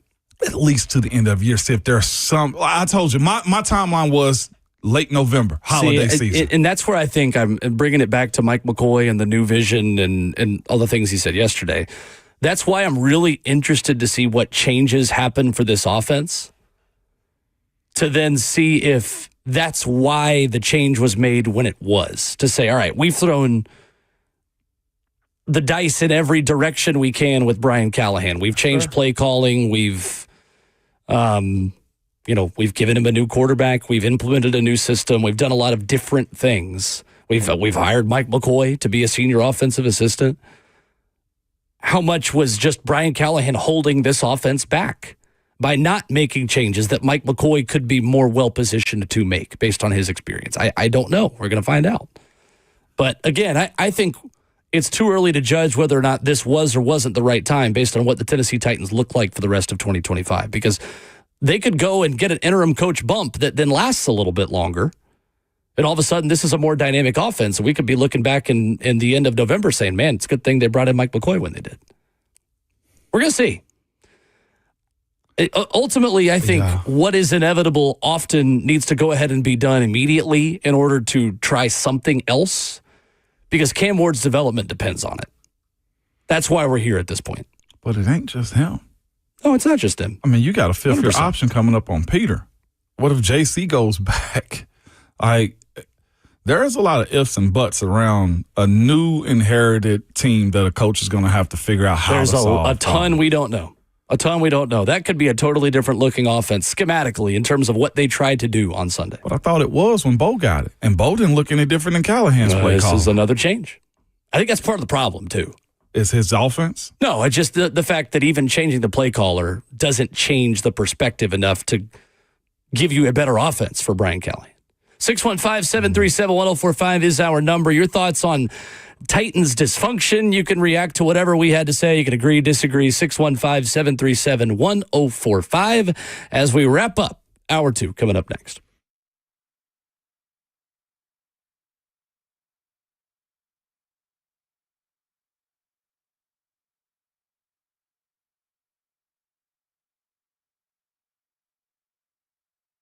Synergex and Low T Center are the original MVPs of testosterone replacement therapy. What makes them the MVPs? Well, to start, they use pharmaceutical-grade testosterone to increase your testosterone to a level that is right just for you. Did you know that other clinics may compound the testosterone so you don't even know what you're getting or how effective it will be? They customize it for you, and that's what I tell you. They check your levels and make sure of where you are as a person before they give you anything, man. And Synergex and Low T Center, I'm telling you, are the real experts that you can trust for quality care. Also, they are one of the only providers that accept most major insurance. Anybody that's working and have insurance, I'm telling you, use it. Make sure that they pay for it too. Other clinics and online services, they charge you sky-high pricing for testing, labs, membership. It goes on and on and on. But Synergex and Lotus Center, they make it affordable and easy for you to stay and start your treatment. It's simply put, I tell you all the time, we worry about the outside of what we are as humans. Fellas, check out the inside of it. Get back to feeling like you again. Book your appointment now at trtmvp.com. That's trtmvp.com. You'll be wishing you did it sooner. Are you trapped in a high-rate mortgage watching your hard-earned money vanish every month? Well, stop. Right now at Loan Pronto, they are delivering the lowest mortgage rates in 3 years. Hey, it's Will Bowling. Loan Pronto's rate reduction home loan program is a streamlined, low-cost way to slash your house payments by hundreds of dollars a month. Lock in a fixed rate as low as 4.99% APR and close in as little as 2 weeks. No appraisal needed in most cases, and here's the kicker. You can skip your next 2 house payments entirely. Don't wait. Rates this low won't last. Call Loan Pronto now for your free, no obligation quote. Loan Pronto is amazing. Just imagine lower payments, more money in your pocket, and a fresh start with a better mortgage. Call 615-499-5780 or visit loanpronto.com to lock in your new low rate and skip those next 2 payments. Don't let high rates hold you back. Call 615-499-5780 or go to loanpronto.com right now. Equal housing lender, NMLS 1661781, subject to lender approval, NMLSconsumeraccess.org.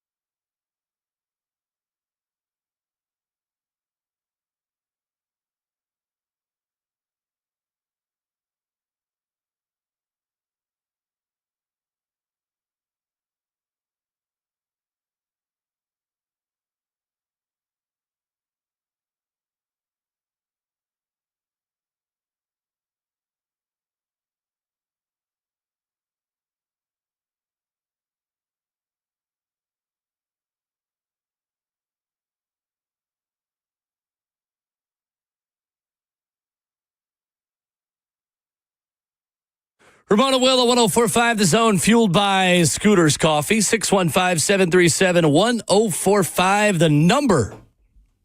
Wrapping up hour 2. Austin Price in a half hour. Rhett Bryan at 9, previewing Titans and Pats. Lots of fun still to be had on this Wednesday morning. Keelan is in Virginia and wants to talk about the Titans' offensive line. What's up, Keelan? Hey, good morning, y'all. Good morning. Morning. Hey, so I got a question. So just what y'all just said, Peter Skoronski about to go into his 5th-year contract, and we have nothing else outside of him except for JC, which I feel like that's a big question mark on him too. With these new people that's gonna come in next year, as far as coaches and whatnot, should we put that focus? Have we got a top 5 pick next year back on the offensive line, or is it more better to just get another weapon? But I thought we can get a weapon in the free agency next year too. I think Garrett Wilson should be coming on his 50 option as well, too. And we don't know if they're going to send him or not. But I just want to hear your thoughts on that. Should we go in the weapon, or should we just stick the O-line and try to build the O-line back up? Thank you, Keelan. I appreciate the call. Garrett Wilson already signed an extension. He already got 4 an years, extension. 130. I'm not ready to do draft talk. I'm just not. I don't know what this team needs. I don't know who's healthy. I don't know who's not. I don't know who they've re-signed, who they've not re-signed, who they've traded, who they've not traded, who's gotten better over the last part of the season, who's gotten worse. I'm sorry to just not answer your question, Keelan, but I got an answer for him. I don't think they have any wiggle room for an offensive line. You locked in with Dan, locked in with JC, you locked in with Peter. That's 3. You locked in with Cush. You're not going to go get a top 5 guard. I don't think there's one available. I can't answer that because we only have a third of the season to go off of what they need. I mean, that's the reality of this is. I know it feels like a lost season because they fired the coach, but this can't just totally be a lost season where we're talking about draft picks in October. Like, we need a lot of guys who you've already drafted to get better. And that's going to be a big talking point in November, December. Ramon, I care less about tanking. I care less about, the draft pick conversation this year because you have your quarterback now. Let's get better around the quarterback with the guys we already have. I'm going to say this. You have a fair and level approach about it. You do. But like most fans ain't going to have that approach. And I think that's what we're going to hear from when we talk about these type of decisions right here, is the hope that if you are going to be, well, let's say what the hope is, if you started the season off this bad and you've already fired a coach, you may as well try to maximize as much of your return that you possibly can with what you have left. And I'm talking about the idea that if you're going to rebuild it back up, because that's where they're about to start again, this staff won't be there. I'm not sure if Denard is going to hang around Denard Wilson, the DC, or who they will elect to keep. But it seems to be stripping down again. So to that point, from a fan's perspective, why not strive for top 10? It sucks for the players that's got to play those games and the reputation of the coaches. But if you're talking about truly planning something out, Mike McCoy, I wish you luck. But a lot of this won't involve you in the 26th season. Right. I feel bad to not answer the question, obviously, but like I just don't. I feel you. I don't know who to. It's like if I only finish a third of the semester, I don't know if I need a tutor for certain courses because I've only taken one test. How am I doing on the final exam? What's my grade at the end of the semester? I don't know which class I need to spend more time studying for if I've only taken a third of the course so far. But this ain't class, though. And Vegas already told you your wins, losses, 5. Well, sure, but the way you get to that win total is different, right? Does the offensive line get better? Do you have a major injury that you've got to go address? Do you trade somebody? Like, this team's need at corner becomes even more magnified if you traded Roger McCreary. Mm-hmm. So again, I just don't, and I don't know who's available in the college draft either, because Reuben Bain Jr. looks like a stud, but I mean, we thought that coming into the season, Arch Manning could be the top quarterback in draft, or Drew Aller and Garrett Nussmeier, and now you don't have those guys, and it's Dante Moore and Fernando Mendoza. Yeah. So it's hard to do draft talk because we don't have enough info yet. Oh, no, I'm not even talking about draft talk. I'm talking about like the competition of the rest of the season. Like, I think there's so much stacked against the squad right now. Yeah, there is. For sure. 615-737-1045. We'll get to Mark and Blake as we continue into hour number 3. I think there is a misconception out there, Ramon, I want to address. How number one overall picks have fared when their coach has been fired, I think is an interesting conversation. With Brian Callahan's firing, the last 4 quarterbacks selected number one overall and 6 of the last 8 have had their head coaches fired during their rookie seasons. I ran the numbers on what those quarterbacks did in year 2. After their coaches got fired, I think the results will surprise you a little bit. We'll talk about that next.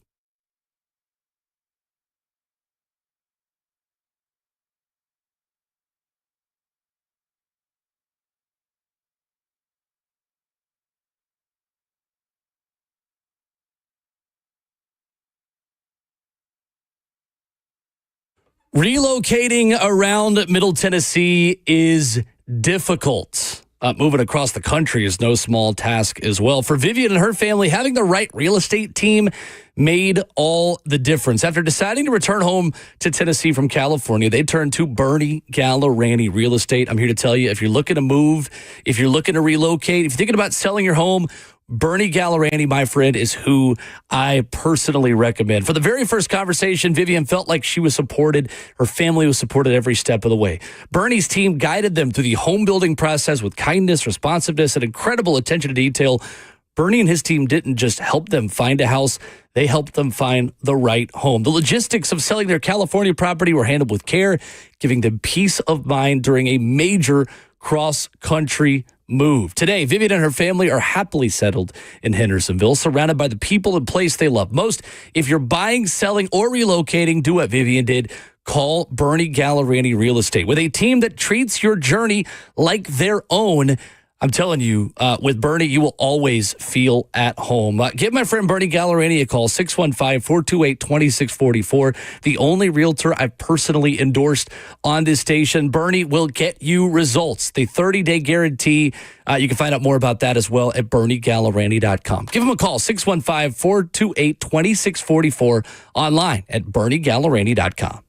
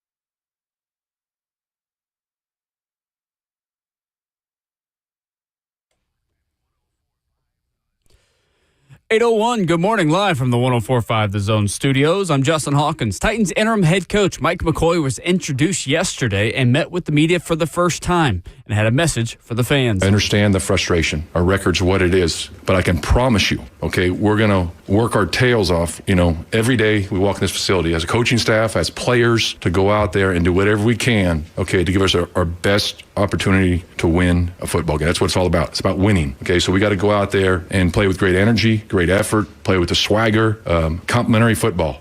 In other Titans news, it was announced yesterday that the Titans made one staffing change, parting ways with offensive line coach Bill Callahan. Also, the Titans have placed rookie edge rusher Femi Oluwadejo on injured reserve. He'll miss at least the next 4 weeks, and edge rusher Ali Gay has been elevated to the active roster in his place. In other NFL news, the Kansas City Chiefs are getting back a key wide receiver this week in Rashee Rice as his 6-game suspension for violating the NFL's personal conduct policy has ended. Rice is expected to play this Sunday as they host the Las Vegas Raiders at 12 o'clock. For all your foundation repair and waterproofing needs, you got to go to USSTN.com. Breaking news at once on your home for the Titans and Vols. This is 104.5 The Zone.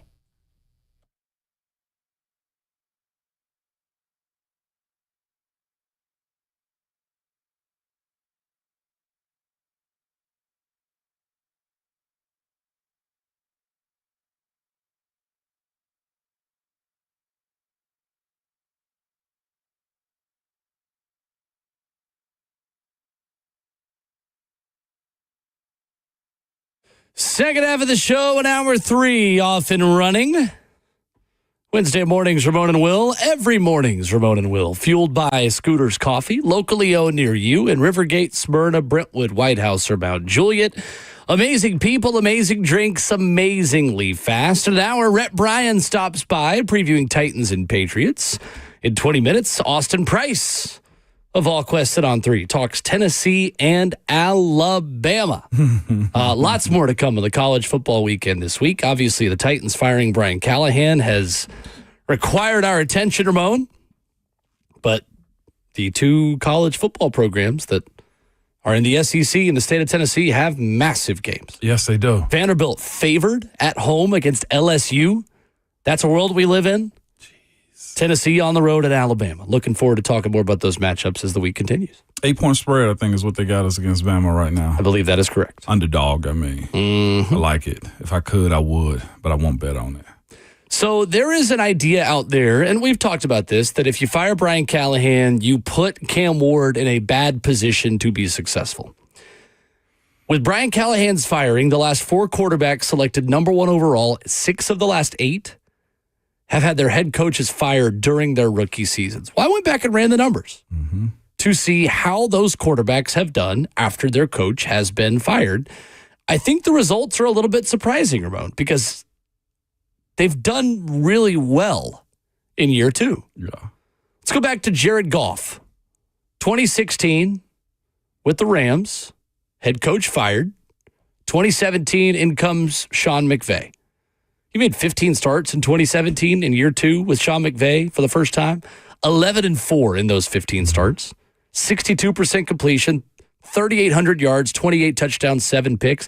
He took 25 sacks the whole season with a 100.5 quarterback rating. For perspective, Cam Ward has been sacked 25 times already this year. Baker Mayfield in 2019 had Freddie Kitchens as his head coach. Probably the worst of all of these in terms of how he did in year 2. He went 6-10 in 16 games, 59% completion, but again, 3,800 yards, 22 touchdowns. He did throw 21 interceptions with a 78.8 quarterback rating. Trevor Lawrence, after Urban Meyer was briefly his quarterback, or his coach as first-year quarterback, Doug Peterson came in. He went 9-8. Jacksonville, that season, I believe, right? Made the playoffs in 2022. Yeah. Made the playoffs with a win in week 18 over the Tennessee Titans. 66% completion, 4,113 yards, 25 touchdowns, 8 interceptions, 95.2 quarterback rating. Bryce Young, last season with Dave Canales, year 2.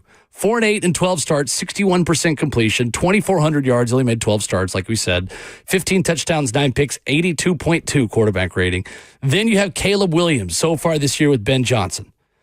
He's completed 62% of his passes, 1,100 yards, 9 touchdowns, 2 picks, a 98.0 QB rating. Caleb Williams, who was not terrible last year.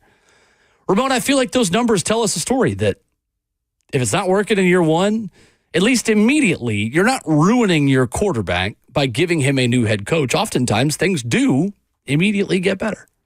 Yeah, they do, and they can. It's Bryce Young right now. I'm trying to find his 2025 stats. It's on a 60% completion percentage. They are on the season. What are they this year? They are 3-3. 3-3. Yeah, 62% completion, 1,100 yards, 10 touchdowns, 5 picks. He's only been sacked 10 times, and he has a quarterback rating of 84, average. So we're talking about 26 for Cam, like it not being all doom and gloom. Yep. It's. I don't know how they get past making the players play better though, because I feel like they got better players, and maybe it is something that Coach Callahan was lacking with his squad as far as the operation of it, or they went opposite of Vrabel. Vrabel was more of an authoritarian, right? Like he owned guys, and Callahan was a little bit more chill. And I think finding the right coach for this squad that's going to echo and have a sound voice and to having them have a standard is what's necessary. The fact that Jeff's got to call out a second-year guy should never happen. In the middle of practice, it was reported that Jeffrey Simmons called out J.C. Latham, that they needed a little bit extra from him. I don't know what next year is going to look like. I don't know what this roster is going to look like. I don't know how bad this is going to be to where they feel like they got to get some bad eggs out of the locker room, too. It's last year was a lot of turmoil and a turnover, and this is a young team. Right, but again, I think the point is that all of those teams were bad enough to fire their coaches 1 year into having a rookie quarterback. None of those teams were good. But here's the part of it for me about all of those teams. So for the most part, they had, I feel like, a stronger foundation of players inside of the locker room still. The Chicago Bears roster is good. I'm looking at what Trevor Lawrence and how they've drafted. It's been their guys, and it's been good and a lot of high-ranking guys. Baker Mayfield, for what it's worth, has had good players on his team. I don't know if you have enough good players on this team that's going to warrant it saving his career at this point. Sure, but in 2026, Cam Ward's not going to be playing on this team.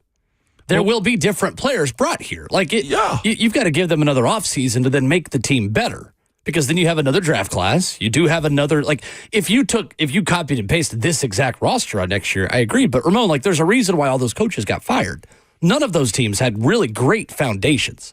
And Baker Mayfield had Freddie Kitchens as his head coach and still was, he's not the best example. He wasn't great. But again, the Jags, yes, have drafted better now. But in 2022, those Jags teams didn't have much. It's hard for me to really give an answer on this one because as of late, we hadn't seen a lot of those questions that you're speaking of, bringing in the right players, actually be executed appropriately. Well, and I don't know what it's going to look like.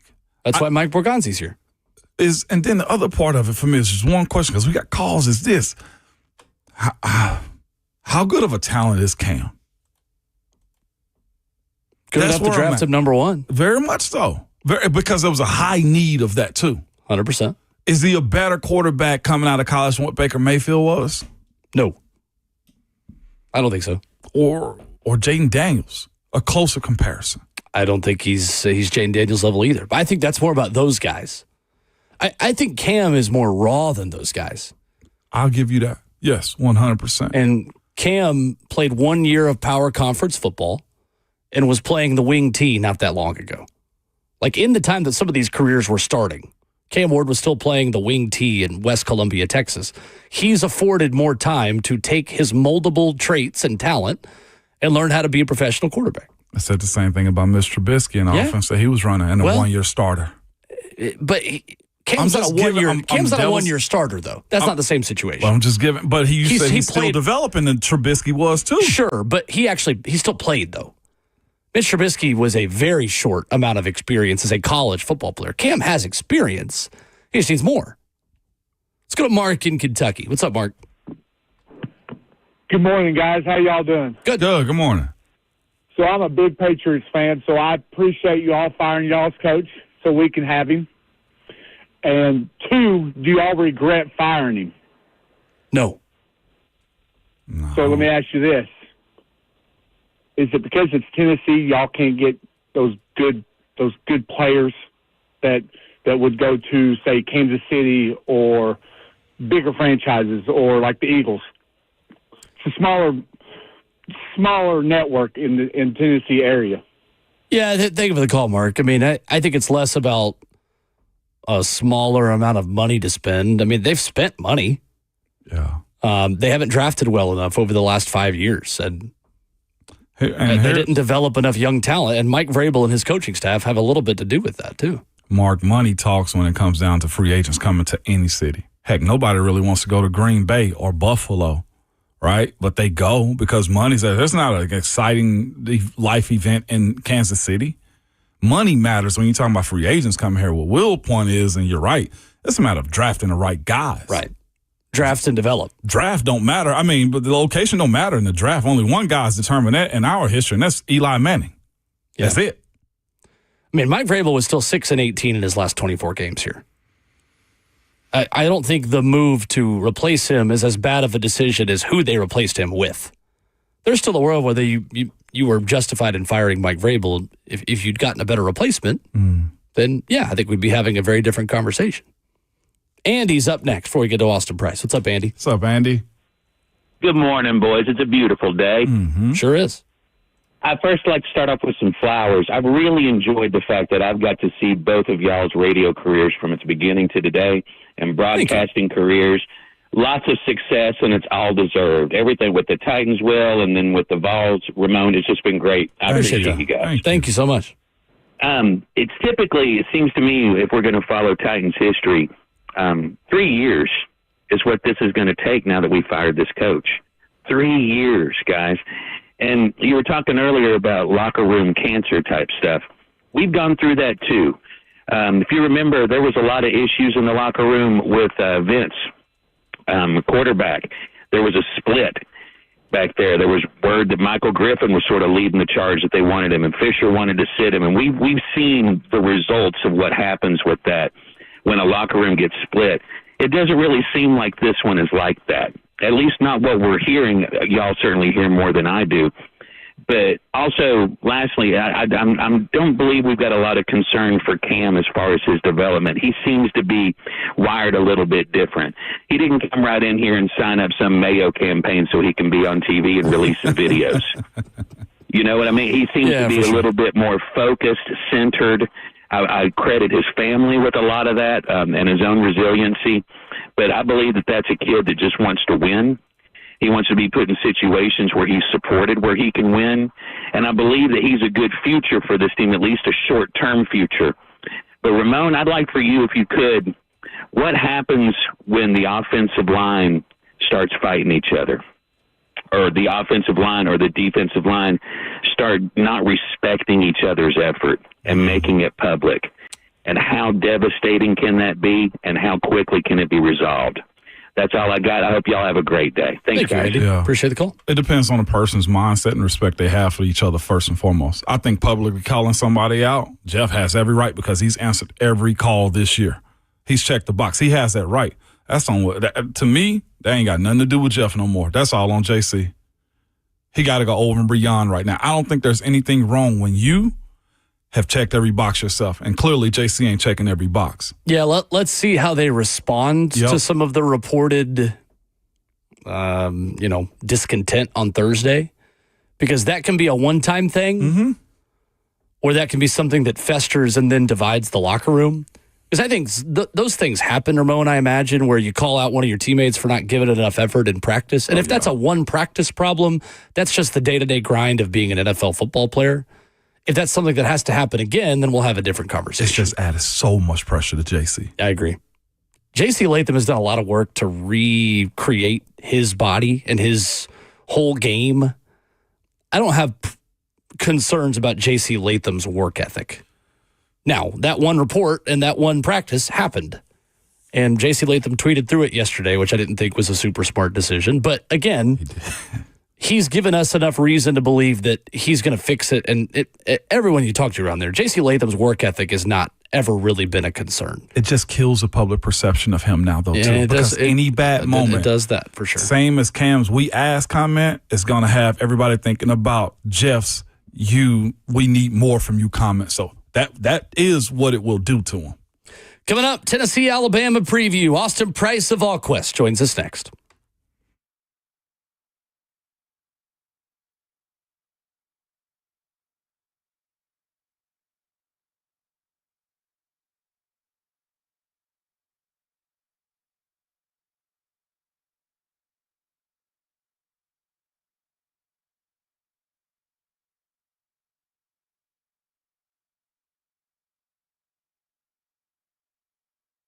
Honesty means everything, especially when you're buying a vehicle. And that's why I purchased my new Forest from Two Rivers Ford. Man, Two Rivers Ford have real deals. And what do I mean by that? At Two Rivers Ford, the best price is clearly marked on the website or window sticker if you go to the lot. You don't have to fill out a form with your information to get the best price. You don't need to do anything. And unlike other dealers, Two Rivers Ford never adds accessories or service plans in order to get the best deal for themselves. At Two Rivers Ford, the best clearly marked price is always available, always accessible, and always real. And if you want extra accessories or warranties, you can just request to purchase them. Honestly, is always the policy at Two Rivers Ford, which is why they're the South's most trusted Ford dealer. So, for the best price and a real deal, get to Two Rivers Ford and Mount Juliet. Visit them online also at tworiversford.com or call their non-commissioned sales team at toll-free 800-900-1000. And make sure you tell them that Ramon sent you. Are you trapped in a high-rate mortgage watching your hard-earned money vanish every month? Stop. Right now at Loan Pronto, they're delivering the lowest mortgage rates in 3 years. Hey, it's Will Bowling. Loan Pronto's rate reduction home loan program is a streamlined, low-cost way to slash your house payments by hundreds of dollars a month. Lock in a fixed rate as low as 4.99% APR and close in as little as 2 weeks. No appraisal needed in most cases, and here's the kicker. You can skip your next 2 house payments entirely. Don't wait. Rates this low won't last. Call Loan Pronto now for your free, no-obligation quote.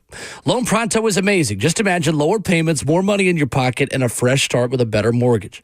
Call 615-499-5780 or visit loanpronto.com to lock in your new low rate and skip those next 2 payments. Don't let high rates hold you back. Call 615-499-5780 or go to loanpronto.com right now. Equal housing lender, NMLS 1661781, subject to lender approval, NMLSconsumeraccess.org.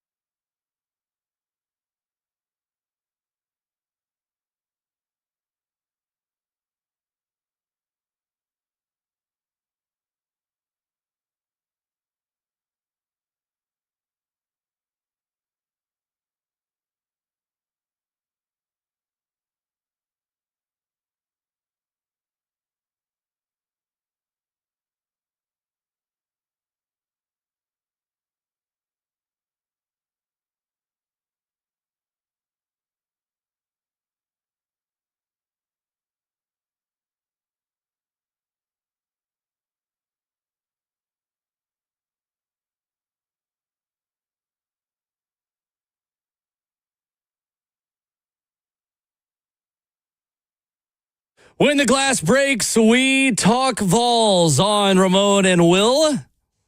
Typically Tuesdays at 8:20. Then the Titans went and fired their head coach on Monday, meaning we were wall-to-wall Titans yesterday. And that means on your Wednesday morning commute this week, VolQuest's Austin Price joins us. It is the third week in October, which means we are previewing Tennessee and Alabama. Austin, good morning. How are you, sir? Guess what day it is, guys? What day is What that? day is it? Hump day. That's absolutely right. Absolutely right, Austin. We appreciate your flexibility and apologize for having to move your time around a second straight week. Where do you begin to evaluate this matchup? Tennessee and Alabama, a really good pass offense against a pass defense ranked in the hundreds for Tennessee. What is the pathway to victory for the Vols on Saturday in Tuscaloosa? It certainly feels like the path to victory is getting a shootout and winning a shootout. That also would require not shooting yourself in the foot with pre-snap penalties or hands to the face penalties that take a 2nd and 5 and make them a 2nd and 20, and derailing drives by self-inflicted wounds.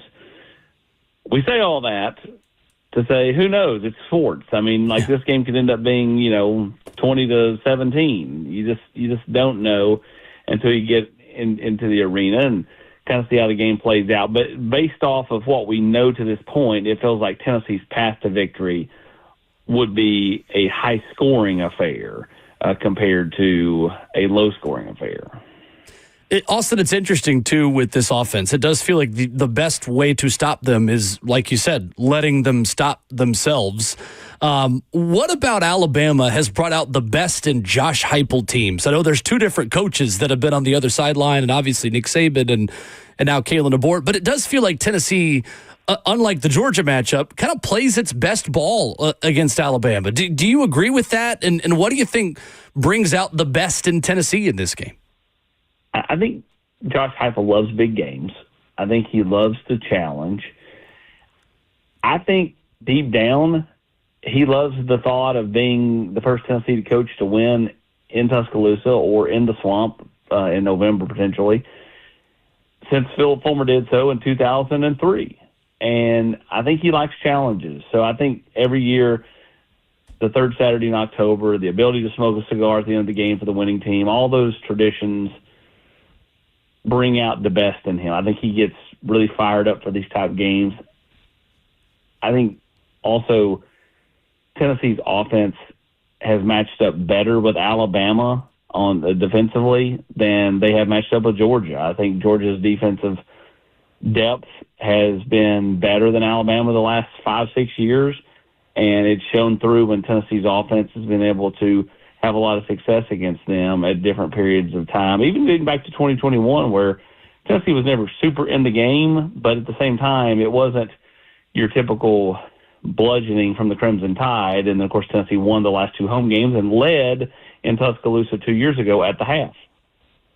No doubt about it. We're talking about Austin Price of VolQuest on 3. Austin, there's a lot of conversation usually about this matchup, this game, and some say it's not a rivalry. Austin, is this a rivalry for Tennessee and Alabama? Like, who says this is not a rivalry? You just hear some that disparage. Well, you guys, we beat you 15 straight. Yeah. Middle Tennessee Bama fans that went to Lipscomb. All right, sorry, I'm done. Yeah. But how do you view this? Yeah, that's asinine. I mean, when Nick Saban, who most people consider to be the greatest college coach of all time, says that for Alabama fans, the Tennessee game is bigger than the Auburn game, that tells you all you need to know. So it's absolutely a rivalry. I mean, Nick Saban got the better of Tennessee for 15 years.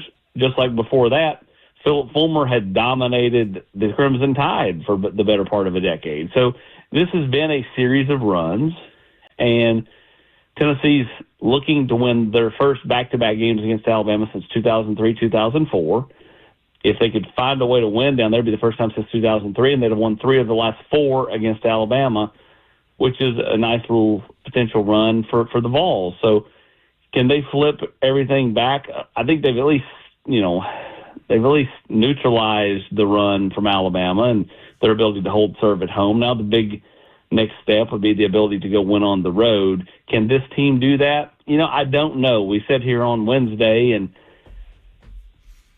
I will be the first to say I think Alabama's good. I don't think Alabama's great. So can Tennessee cobble together enough stops on defense, enough bend but don't breaks where you force Alabama to kick field goals in this football game? I think they can, but I think it's going to take a Herculean effort from the front seven. I think the linebackers have got to play dramatically better, and I think Tennessee's ability to get home to Ty Simpson is going to be paramount to have success in this game. But, yeah, absolutely it's a rivalry. Anybody that says it's not is just asinine and living in the last 10 years. So if you're saying it's not a rivalry, you're a young kid who has no clue. Like, go back and learn history. Like, again, I've not heard that. Maybe you guys have. I was kind of floored when you said that. This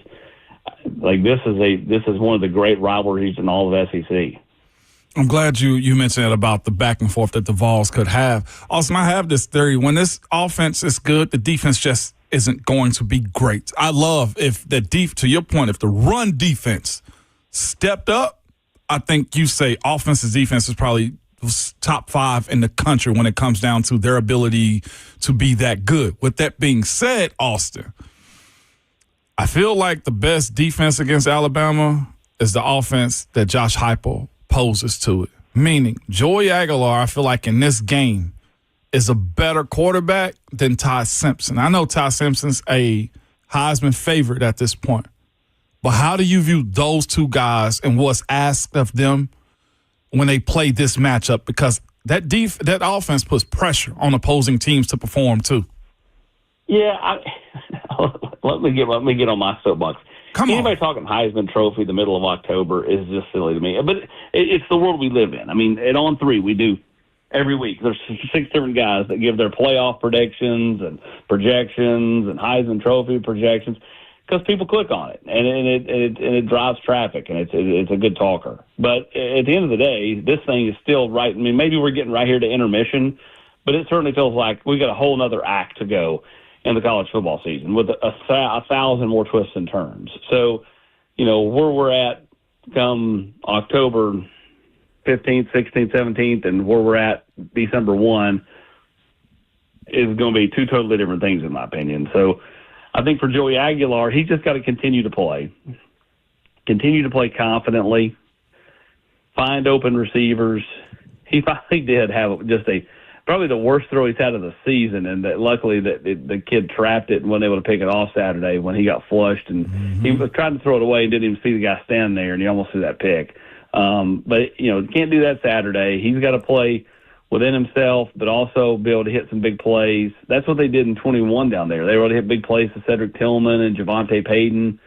I think that's paramount Saturday. They've got to find ways to hit Chris Brazel, get him going again. Only 1 catch, 5 yards last week. Ty's obviously playing really good football and seeing it well. He's only thrown the 1 pick on the season. Alabama's traditionally not ran it too well with this team, but they're capable. Mm-hmm. They're capable, and Tennessee's obviously been susceptible to giving up yards on the ground, at least for different stretches. If you look at Tennessee statistically, defensively, they look like they should be better than what they actually have played. So the question is can they clean up a few things and become better on the defensive side of the ball? I don't know, maybe. I mean, it's easy to say they are who they are, 6 games in, but I do feel like that there's the possibility that they could clean up a few things and be a better unit. Are they going to be what they were a year ago? It certainly does not feel like it. Losses up front, losses in the back end, I think that's hurting this team. But could they clean a few things up and be better? I think potentially. So I think, which defense can, again, find ways to get off the field, find ways to get stops, because that's been Tennessee's one bugaboo, is the inability to get off the field on 3rd and 4th down, which helps the opposing quarterback. Austin Price of All Quested on 3, our guest. Austin, this team's inability to play consistent zone defense is baffling to me. And I remember when Boo Carter was kind of coming into his role last year as a true freshman, a lot of the conversation was he'll make some big plays, he'll also give up some big plays. It feels like that balance has tipped more into giving up big plays this season than making big ones. How do you explain and how do you think this coaching staff is trying to fix Tennessee's zone defense issues? And is this a game where you feel like maybe they can try to play more man because there isn't as much of a threat of the quarterback run game with Ty Simpson as there was with Taylon Green? Yeah, I think potentially, obviously, Taylon Green could take like the third down where Tennessee blitzed, he just spun out of it and ran for 30 yards. Like, Ty is a very capable runner. Right. At the end of the day, though, Ty wants to stay in the pocket and throw the football. I mean, he, again, down near the goal line, I think that's where you really can watch Ty Simpson do some work on the ground, because when the field shrinks and the throwing lanes aren't as big, the ability to make a play with his feet is something Ty's really good at.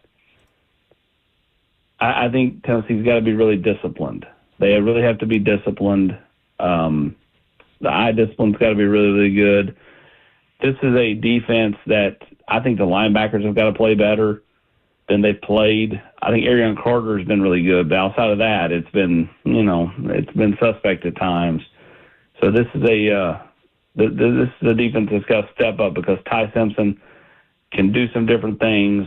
Now, maybe he's not Taylon Green, but he's still very, very capable. I think it's a better version than Gunnar Stockton, right? I think Ty's a little bit better athlete than Gunnar Stockton. Ty's throwing it well. Again, goes back to Josh Josephs, Caleb Herring, Jordan Ross. Tennessee's ability to put pressure on number 15 probably is going to be the deciding factor on whether Tennessee's in this game with a chance to win it in the fourth quarter. Austin, where is Tennessee at health-wise? Starting with Deshaun Bishop, I know that it looked pretty bad in the moment on Saturday. What is his status? And if you could just run through kind of where Tennessee is with some of these guys with question marks. Where is Tennessee at health-wise going into this game? About where they were last week. David Hobbs is good. And then all indications are that Deshaun Bishop will be able to go in this game, and if he's healthy to go, then again that helps the running back room, because he, from a patient standpoint, is seeing running lanes way better than everybody else, and they need Star Thomas to get some patience about his game and kind of slow down a little bit and wait on things, and if he becomes a more patient runner, I think you get back to seeing him be the potential big play threat we saw him be early in the season. But right now, it's kind of Deshaun Bishop, and Peyton Lewis is starting to see it a little better. So that's really the two injuries, is Hobbs and Bishop. Travis Smith, I don't believe, but will be back for this game. Rodarius Jackson won't be back for this game. So the receiver position remains super thin, and they've got to be a group that stays healthy in a game like this. But other than that, about where they were a week ago. When you look at the calls this past weekend, Austin, from the referees, it was 1 to 10.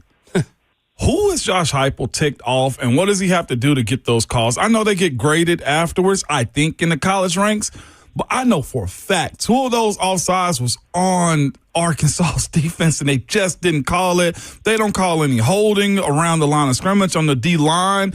Heupel and the PR with Tennessee, they have to be loud about it this upcoming week with the discrepancies on how penalties are called and not called against them. Is that something you see him trying to do the way Saban did it, or the way Kirby does it when he's clapping a timeout? Like, there has to be something there for Heupel to win when it comes to the referees.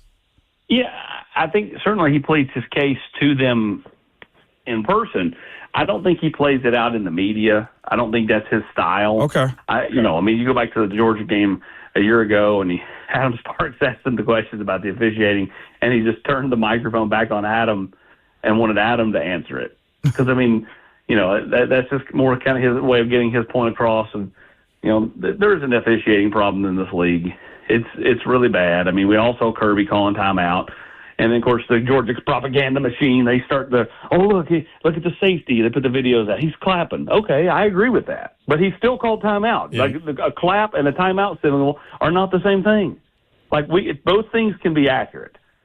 The Auburn safeties can be mimicking something to cause a flinch, and Kirby can be calling timeout. Much like, Oklahoma used and did their thing, which skirted the rules. Missouri, same thing at one point this year. Tennessee getting a 10-1 whistle against them at home. It's a bit strange. I watched Missouri defensive linemen get tackled. I watched Tennessee edges get tackled last week by tackles as they tried to rush the quarterback, and no holding was called. And that was that way a year ago. I mean, James Pierce, how many times did he get just drugged down to the ground last year, and they didn't call it? But then they'll call the most ticky-tack things at times. And so the officiating problem in this league is drastic. And it's not a new occurrence. This has been going on for a while. And going on the road and getting a good whistle is very rare. Obviously, Arkansas got one last week here. But, yeah, I just don't think that's Josh's style to do it in the media. I think he'll say something to him pregame. I'd say it'll fall on deaf ears, and I'd say Tennessee will be struggling to get a good whistle in Tuscaloosa, which is why they have to be even better than if they were better than they were a week ago, they've got to take that and double it to be somewhat adequate, from a flag standpoint in this game. He is Austin Price of All Quested on 3, normally at 8:20 on Tuesdays, joining us a day late this week because of the Titans news on Monday. Tennessee, Alabama, of course, here on the station, courtesy of the Vol Network. Great stuff, Austin. Thank you, sir. Appreciate it, guys. Thanks, you. Austin. Yes, sir. Talk with Austin again next week at the normal time. Vol's got another opposing player talking trash about the defense. Do they? Alabama's wide receiver, Jeremy Bernard. We will talk about that coming up next.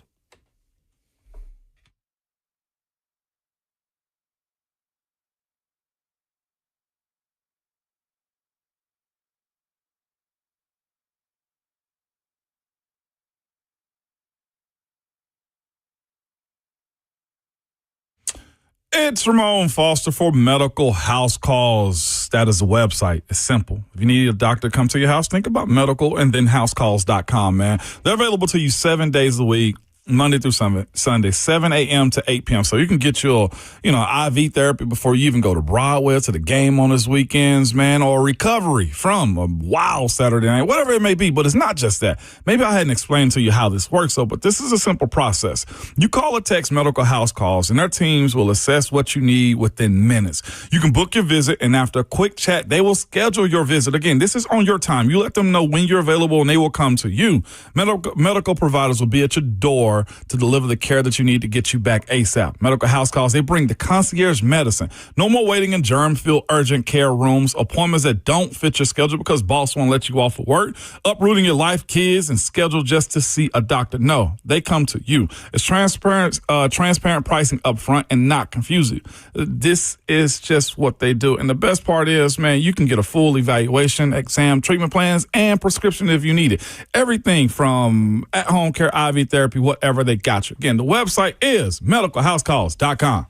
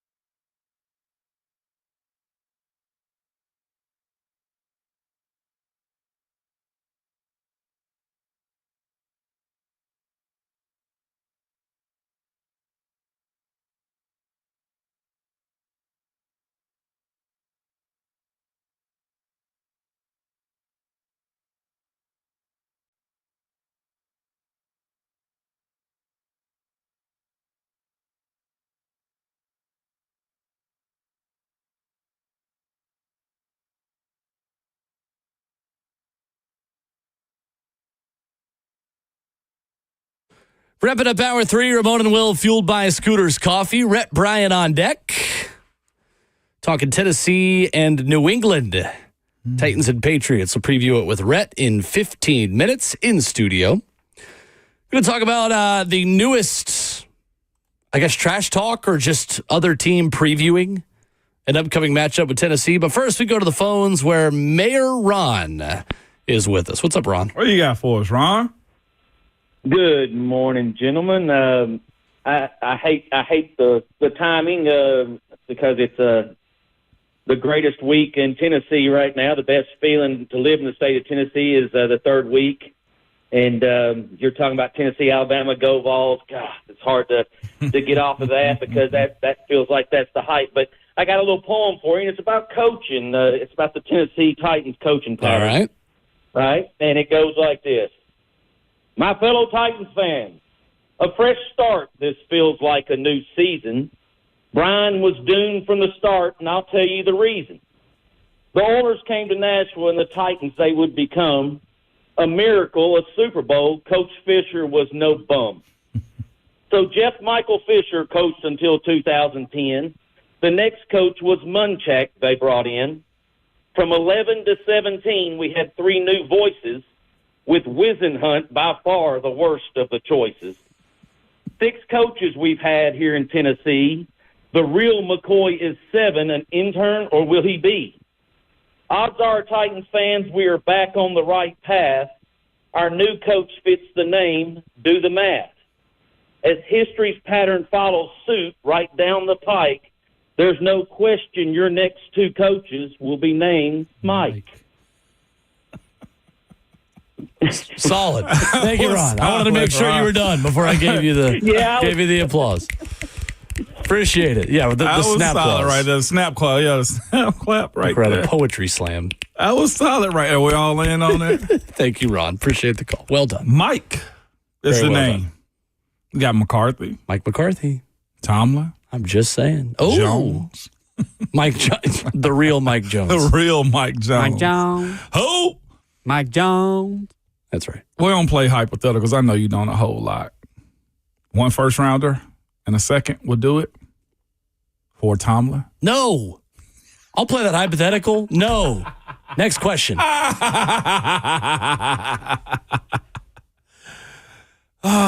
No is my answer. Okay. Someone else is going to pop in the FN and Bing chat and said, Will's being mean. No. No, but again, the Titans need draft. You need to leave. The Titans need draft capital. They cannot afford to trade a high first round pick for a head coach. There are enough good candidates out there to where they don't need to do Mayor that. Ron said we're following the Mike trend, the name trend. Will's being mean. Will's being mean. Y'all go listen to a major market sports talk and tell me I'm mean. I digress. Correct usage of the word.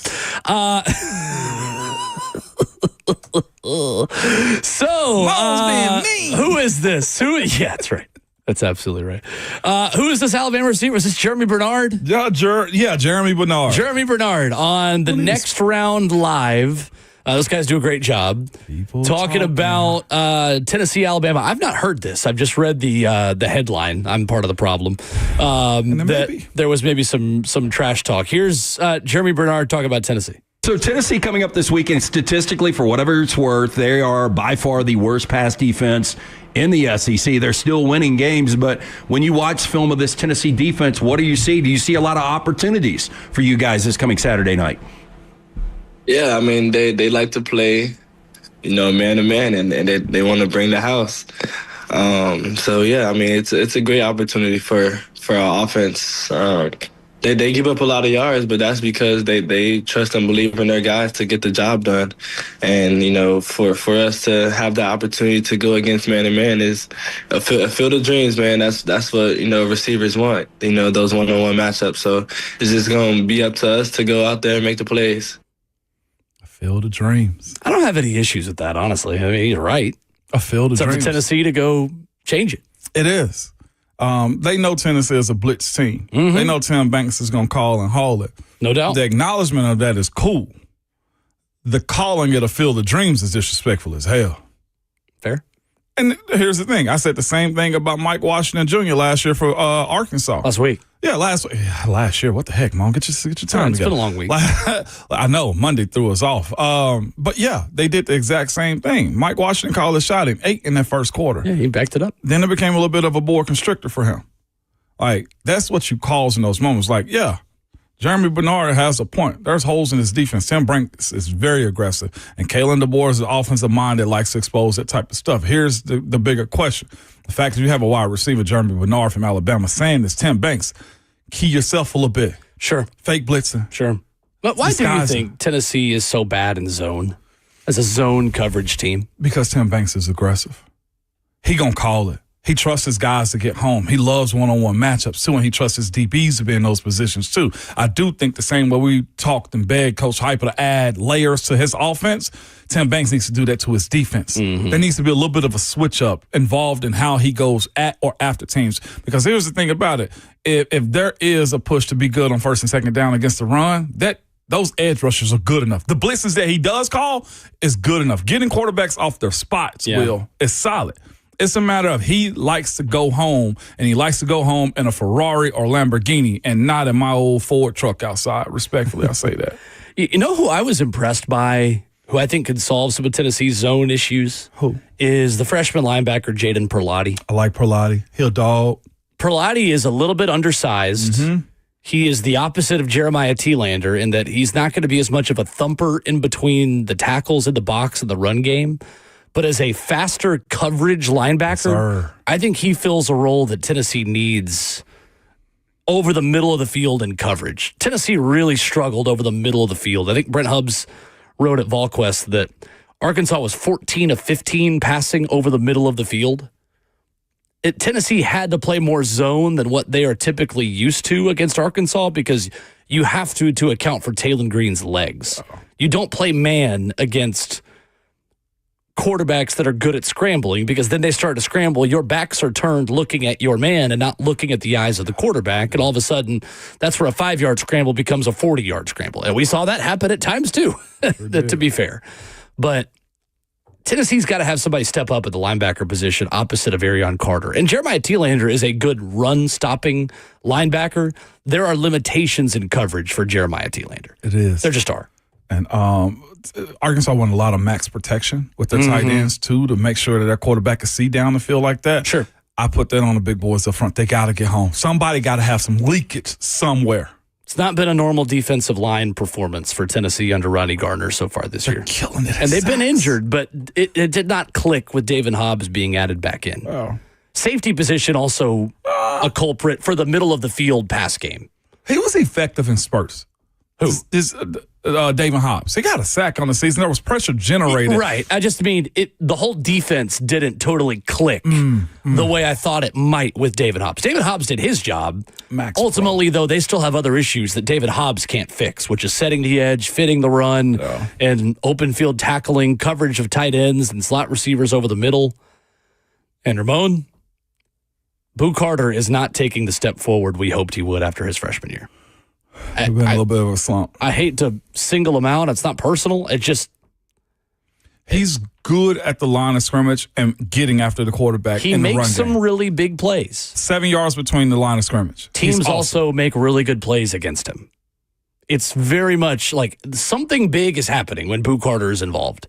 Either it's a big play for the offense or he's making a big play himself. I need more just nothing sometimes. I need more just good plays versus great or terrible. There's got to be a middle ground more for Boo Carter.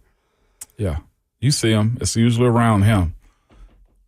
But again, he's good within the first 7 yards of the line of scrimmage. We shift gears, talking Titans and Patriots. Titans Radio's executive producer, Rhett Bryan, joins us next. Will's being mean. You need to leave.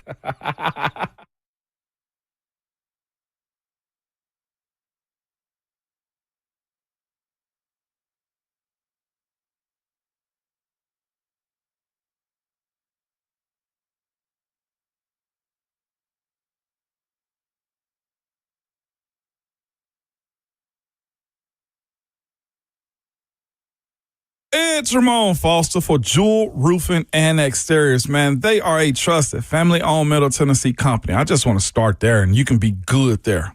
Trusted, family-owned Middle Tennessee company, man. But from that, they've been serving from Clarksville to Murfreesboro for over 25 years. They stand up by building relationships and earning the trust through referrals, never through those high-pressure tactics or door knocking. Oh, I hate this one, the storm chasing. You just have random people coming to your house knocking on the door just because you've had a big storm. They want to get on your roof and tell you what you need. And most of the times you just don't. Well, there's a company out there that just does good work and thrive off trust and doing stuff the right way, and that's Jewel Roofing and Exteriors, man. And if you're also one of those people that are worried about estimates, they provide clear estimate with no surprise fees, and they also offer flexible financing options too, so you can get the roof work you need without the delay. And here's the thing about them, the trust factor. If you need it, they will tell you. If you don't, they'll say this to you. You'll need us at some point, so just keep our number and call us when you need us. Their number is 615-868-9999 or visit their website at jewelroofing.com. That's Jewel Roofing with 2 L's.com. You're losing your hair and you need a simple solution that works. And guess what? You want the best. Modern technology with top-rated physicians, something that's guaranteed to work. Guys, you need Dr. Tanya Pauls and her team at Advanced Hair. They've completely redefined hair restoration from the experience itself to their unmatched results. If you have receding hairline, bald spot, thinning hair, address them all with Advanced Hair's simple one-day treatment and a calm, relaxed environment with the most experienced professional. Advanced Hair has performed tens of thousands of these breakthrough treatments. And get this, your own natural hair begins to regrow the very next day. No one in Nashville can offer anything like the Advanced FUE found at Advanced Hair, and I highly recommend their team. It starts with your free consultation. You can call them at 629-348-HAIR. If you qualify, you'll get $250 off and 250 free hair grafts. Refine your hairline with the team that's redefined hair restoration. That is advancedhair.com. I love living in Middle Tennessee. We've got great restaurants, entertainment, sports, and one of the nation's top Ford dealers right here in our backyard. Two Rivers Ford. Remember that name. Two Rivers has been a staple in our community since 1983. They're locally owned. They have a non-commissioned sales team, and they sell below MSRP. They've been doing business with integrity for decades. Two Rivers Ford, the South's most trusted Ford dealer.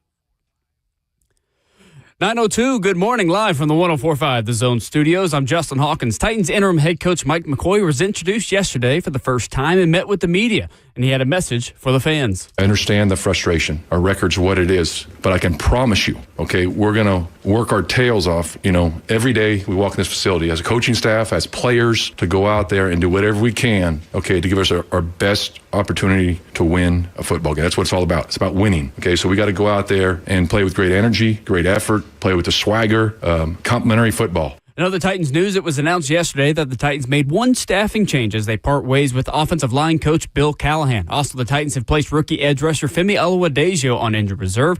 He'll miss at least the next 4 weeks, and edge rusher Ali Gay has been elevated to the active roster. Now, the NFL news, Kansas City Chiefs are getting back a key wide receiver this week in Rashee Rice, as his 6-game suspension for violating the NFL's personal conduct policy has ended.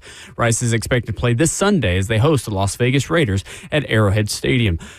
For all your foundation repair and waterproofing needs, you got to go to USSTN.com. Bring it easy once on your home for the Titans and Vols. This is 104.5 The Zone.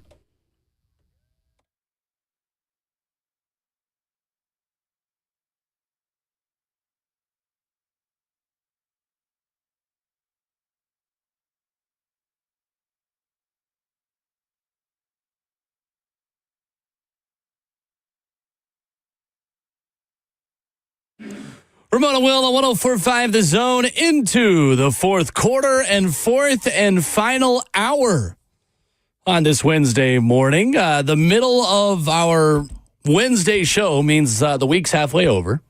It's your third work commute if you're out there driving to work this morning. Mm-hmm. The positive is you're 60% of the way done with your work commutes this week. That doesn't suck. It's true. Doesn't suck at all. This is also true. He's Ramon Foster, Justin Hawkins at the controls. I'm Will Bowling, joined as we are every Wednesday at 9 a.m. by Titans Radio's executive producer, Rhett Bryan. Welcome. Good morning. Hello, everybody. How we doing? Good. Good. Hanging in there like a hair in a biscuit.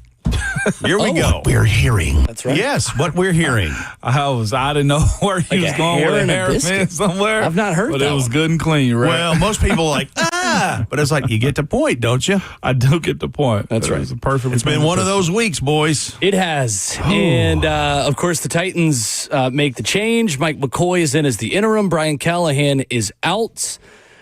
We will talk about Titans and Patriots. We'll look at the matchup. We'll look at some of the ways Mike McCoy can adapt and change. And Mike Borgonzi talked about that. All those things talked about that. All those guys talked about that the other day. But, Rhett, change happens. It's a part of it. And a new era of the Titans in a way begins on Sunday. I've been around for a few of these, and it's never easy, and it's always weird, and, especially, 6 weeks in like this. I mean, it's strange, but it's a business, and this is a harsh reminder that it is. And the bottom line is the show must go on. That's where they're at. I mean, they had to quickly move to their interim candidate and Mike McCoy and get all that hammered out and start working on New England Patriots stuff for the week, because that's just where this is. I hate it for Brian, and I hate it for his family, and but Brian Callahan's going to be fine. I mean, and he'll get a gig somewhere else. His coaching career is not over. Right. And Mike McCoy was, I believe, the obvious choice, just because it was going to be down to 2 or 3 guys.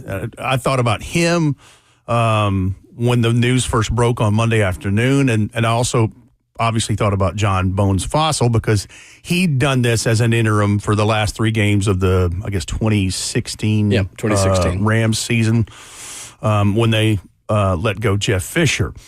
But the difference is Mike McCoy has been a head coach in this thing. Yeah. He was 4 years, I guess it was, for the San Diego Chargers. And the thing that I do like about his resume is his work with offenses, his work with quarterbacks, and he's worked with a bunch of them and some really good ones.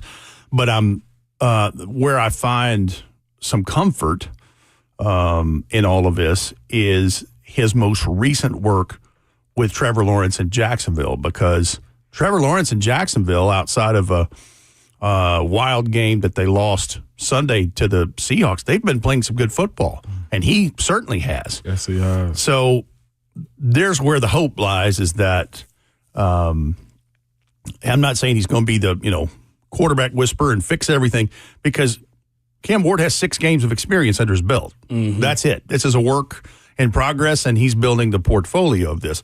But, the roster is what you have.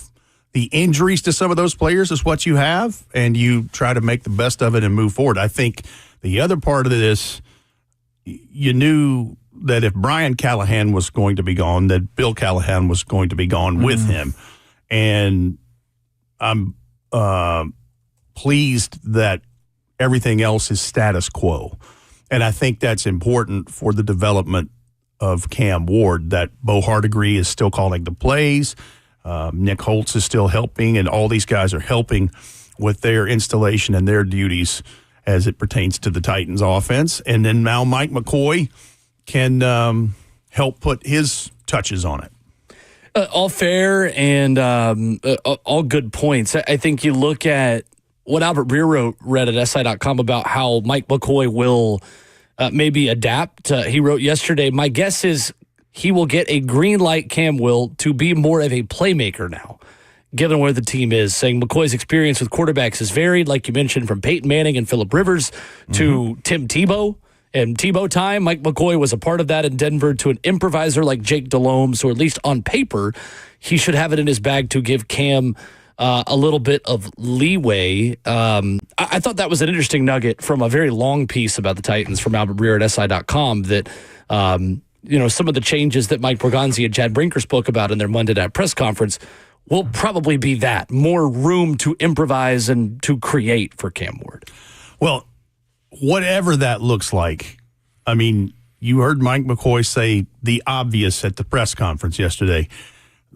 There's work to be done and improvement to be done in the defense and the special teams, but those 2 units have held up their end of the bargain so far.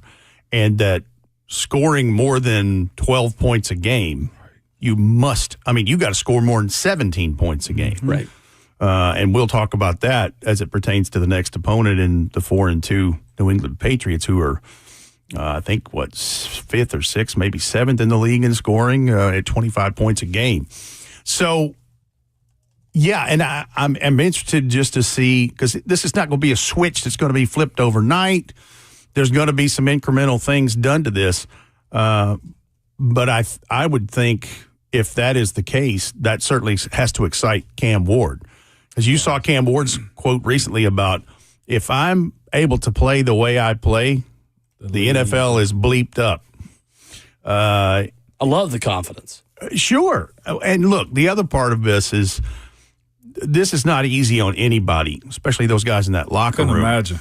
But I feel like it's an extra layer when it comes to Cam Ward, just because of his demeanor and his personality already. He's unflappable. Mm-hmm. He has not seemed like he's been overwhelmed at anything, and he's had a lot of stuff thrown at him. Right. When you look at just the pathway over these last 2 years, it's honestly hard to pinpoint where it went wrong. The how is the results, right? Losing football games. But you're talking about the effect. What was the cause? Yeah, what was? Yeah. How did it go wrong? You shopped in free agency. You went and got offensive line. You went and got some defensive line help, brought back Sebastian Joseph Day, Tremont Jones, Arden is still there. Jeff revamped himself. Tavondre is out of the mix, but Cody Barton's a part of it. There was a lot of check boxes, man. And as tight as the NFL is, I know the results are what they are and he lost. But Callahan surrounded himself with a real good support staff. Frank Bush on the other side, Denard Wilson's proven to be good. Bones Fossil this year. How does it go wrong? It's one of the weirdest things I feel like I've seen. Other than the fact, I know some of the fan base will say, well, he just sucks. But why? I can't figure out the why with what you're presented with. Here's the first thing that you have to start, if you're going to start taking inventory. And the first thing is what Mike Borgonzi and Chad Brinker are charged with, and that's with building the best roster they can possibly, put together. The other thing that gets fans excited, I'd be lying if I told you it didn't get me excited, is when that second, third week of March cracks open and the new fiscal year starts and free agency begins. But you have to spend 90 whatever percentile it is of your cap money for a 4-year period. And Titans had been kind of in cap jail prior to that at the end of 2023. Right. And so it gets you excited that, we can go get this guy and they got that guy. And that doesn't mean that it's automatically going to translate to wins and losses. There are plenty of paper tigers in this that go out and, acquire. I mean, there are lots of tales in the last 30 years of free agency of people who've tried to buy a roster. I mean, Daniel Snyder tried to do it with Washington for many years. That thing was littered with Hall of Famers in the first, into the 90s, early 2000s. And it doesn't always work that way. But I think that's where people get their hopes up is, man, we're doing all this. We're going to win these many games. It's like, no, that doesn't always. You still have to go out there and do it. You still have to practice, install, prep, all those things. But I would point to the roster before anything because this roster is still a ways away from where it needs to be. And I think I've seen it reported from multiple places that the Titans will have the most cap money of anybody. That's correct. Going into 2026, which is going to get people excited again about those kinds of things. Where I would anticipate some of that mint money is spent is in keeping the valuable pieces that you have, whether that's extending Jeffrey Simmons again, just anything like that. And obviously they'll go get some free agents that work for what they do. But I don't think people realize how empty the cupboard was getting and what has happened in the last 2.5, 3 years. And so that's just kind of where this is. Now, does Brian Callahan have a part in all of that as to why he's no longer there? Well, sure, absolutely.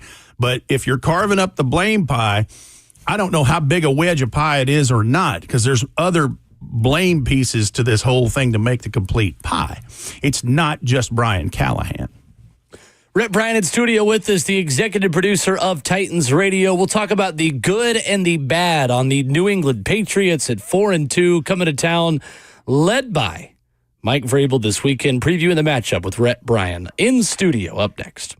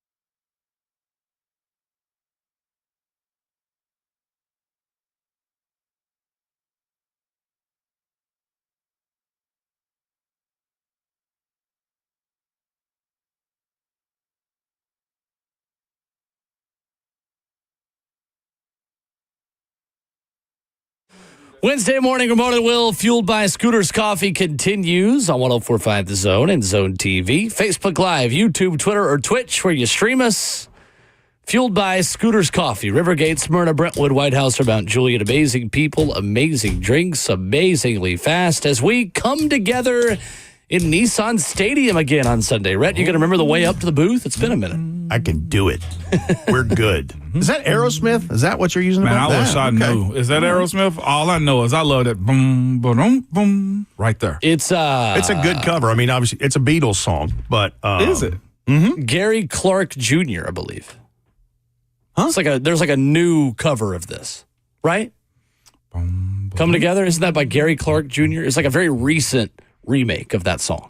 Oh, okay. That just came out a couple years ago. And Gary Clark Jr. is really good. It was for a movie. Okay. I'm not sure. Oi. Anyway. All right. The New England Patriots come to town this weekend, right? Yes, Brian? they do. Coached by Mike Vrabel. In a lot of ways, this is a classic Vrabel team. They defend the run really well. They don't beat themselves. I don't see one major weakness, to be honest with you, in this team. They do everything pretty well. Let's take a look, though, first at the negatives on New England in terms of where the Titans can have some success. Where do you think this team is vulnerable for all the good, for all of the positives that they have had in year one of the Vrabel era? Where is this team still building, and where do you have questions about them, in your opinion? So here's a couple things. First of all, they're 4-2. And because Buffalo was beaten the other night in Atlanta, they're in the driver's seat in the AFC East Division for the first time since December of 2019. Crazy. Now, that's wild. And that's at the end of the dynasty. Because we know what happened on January the 4th in Foxborough against the Titans. So a couple things. And this is going to sound silly initially, but it makes sense when you put it in the proper context. Drake May is playing really, really good football, but he's been sacked 18 times.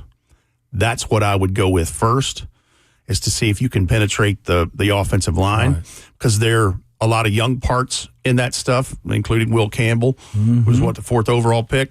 Fifth overall pick. Oh. And so I would start there. Here's another one as it pertains to ball security and those things. Ramondre Stevenson had a fumbling issue in 2024. He's already put it on the carpet, I think, once or twice this year. Anyway. That's a problem. That's a place where you can... Fourth. My bad. Yeah. Will Campbell, fourth overall? He's fourth. That's my bad. Because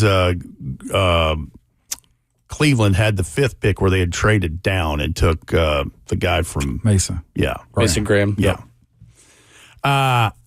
So Ramondre, if you can punch the ball, rake the ball, whatever, that's where I'd go with immediately, just thinking about not necessarily a weakness, but a place of vulnerability.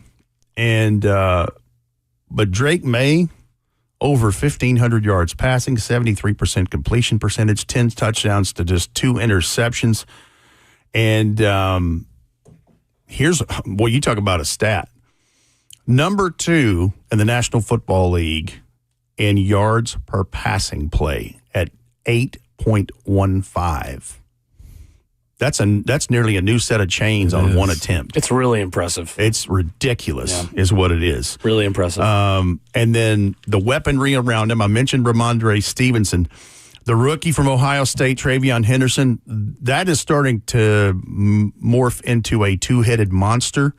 Both of those guys can move the ball on the ground. I think between Drake May, who can also run, I think he's got 43 yards after contact. But these two cats have about 7 or 8 runs collectively over 10-plus yards, which is an X play basically on the ground.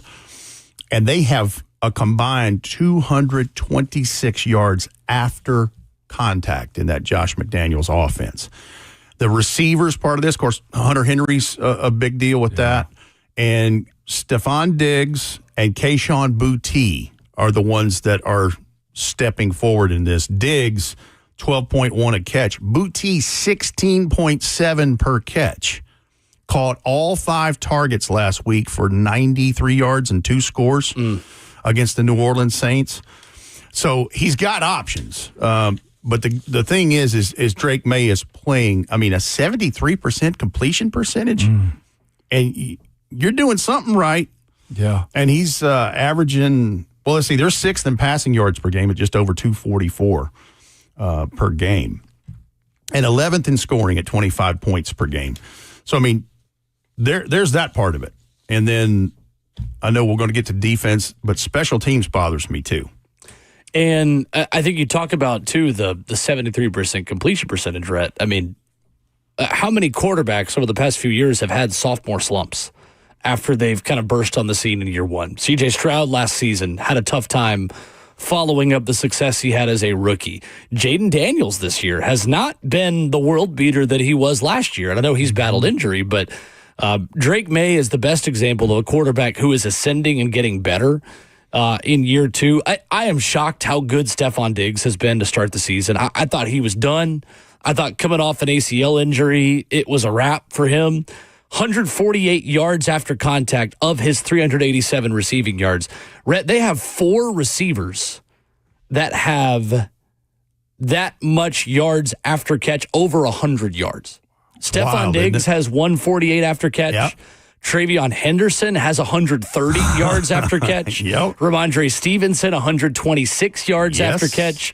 Hunter Henry, 106 How about yards after catch. 4 players with 100-plus yak yards and to so start the season. That also explains why you have 8.15 yards per passing play, number 2 in the league, and also 6th in passing yards per game at 240, just a tick over 244. Because those dudes are catching some short to intermediate stuff and then making something happen after they get the ball in their hands, which, hey, that's what you're looking for. That's what you need. You got to tackle on Sunday. You do. And sometimes it's that simple. Well, there's a guy named Cedric Gray, wears number 33. right. He's a second-year man from North Carolina who has 40 tackles in the last 3 games. 40. I think he's the bright spot of this season. Yeah. 3 straight Him and double-digit games. Yeah. 40 tackles, Ramon. I know. That's insane. You mentioned the distribution of the football and how they're catching short passes and take advantage of like touchdowns. Just looking at the guys who are catching the touchdown, Stephon Diggs has none on the season. Correct. They're electing to go to others to score and spreading it out so much that you got, at this point, on receiving touchdowns, Kayshon Boutte has 3. Hunter Henry's got 3. DeMario Douglas has 3 receiving touchdowns. And Mac Hollins has 2 touchdowns on the season. Wiley vet Mac Hollins. That's what I'm saying. Like, Stephon Diggs ain't even a part of the scoring. He's just a part of the yards. And they're choosing to be strategic with, or you're looking at Drake May spread the football around in a way that could be problematic for a team that can't get to him. Yes, by just looking at those numbers and then just peeling through some of the all-22, he, by all accounts, is really the chain mover in this. He is. He's the possession receiver, right? Yep. Here's another one that's impressive about Drake May. 4th player age 23 or younger since 1970 to record at least 5 consecutive games with 200-plus passing yards and 100-plus passer rating. Patrick Mahomes, Dak Prescott, Dan Marino are the others. Wow. That's a pretty good company. Goodness. Pretty good company. Young Impressive. Defensively, Rhett, old friend Harold Landry is playing at a high level. 4.5 sacks to start the season, 17 quarterback pressures, an 11% pressure rate. Former Steeler and former Titan, Robert Spillane, an inside linebacker. If you were building a Mike Vrabel inside linebacker in a lab, it would be Robert Spillane. Yes, it would. 100%. What stands out to you about the Patriots on defense? Well, first of all, old friend Terrell Williams, the defensive coordinator. I hope you're doing well because he's battling cancer, and he has had his share of troubles this offseason with his health, and I hope he's well. Number 4 against the run. That's the first thing that stands out. Was it 83.5 yards per game they're allowing? That's right. Yep. But yeah, 13 sacks as a team. You mentioned Harold Landry, 4.5 of those with the 17 pressures. The other guy on the other side is a guy that has been looking to make his mark in the league for some years, and that's Kayvon Chason. He's got 2 sacks of his own, but it starts up front. I think they had the most money in free agency to spend. Correct. They went out and got the guy who almost single-handedly took down the Kansas City Chiefs in the Super Bowl in Milton Williams, and he has lived up to that. He has been very good with Christian Barmore up front. The secondary is a little iffy. Carlton Davis, good. Christian Gonzalez, their previous top pick, continues to have health issues and staying available in this. But I tell you, the guy that I'm keeping my eyes on, and it also translates and segues right into the special teams part of this, is their nickel, Marcus Jones. Now, Marcus Jones, Mac and I said to him the other day when we started peeling through this, I said, now that's the kid that spent his last year as a Houston Cougar. He started with Troy. And he said, yep, that's the one. So undersized, smaller cornerback at 5'8", 185 pounds. Jeez. He did not do a lot of – he didn't do any pre-draft workout stuff because he had shoulder surgery on both of his shoulders. And so – but I know that he's been clocked in the 4.3s, and it is evidenced by that. So first of all, he's a scrappy guy in the secondary who can close quickly to the ball. But listen to this. So – he returned 4 kickoffs for touchdowns in his last season as a Houston Cougar and intercepted 5 passes. He tied the NCAA all-time record with 9 kickoff returns for touchdowns, including in his 2 seasons at Troy. That being said, he leads the National Football League in 23.1 yards per punt return in 2025. He had an 87-yard punt return to the house against the Panthers in Week 4. Antonio Gibson was the primary kickoff return man. A couple weeks ago, he tore his ACL. Here's another cat that you're going to hear his name called, and this is somebody that nobody's going to know who this kid is unless you're just really like draft process stuff. Guy is undrafted from Eastern Washington, Efton Chisholm III. Okay. Got his first crack at special teams last week. He'd been inactive the first 5 weeks. 5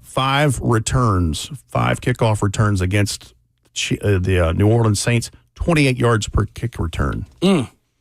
Decent. So the special teams part of this, got to make sure that you know where those guys are.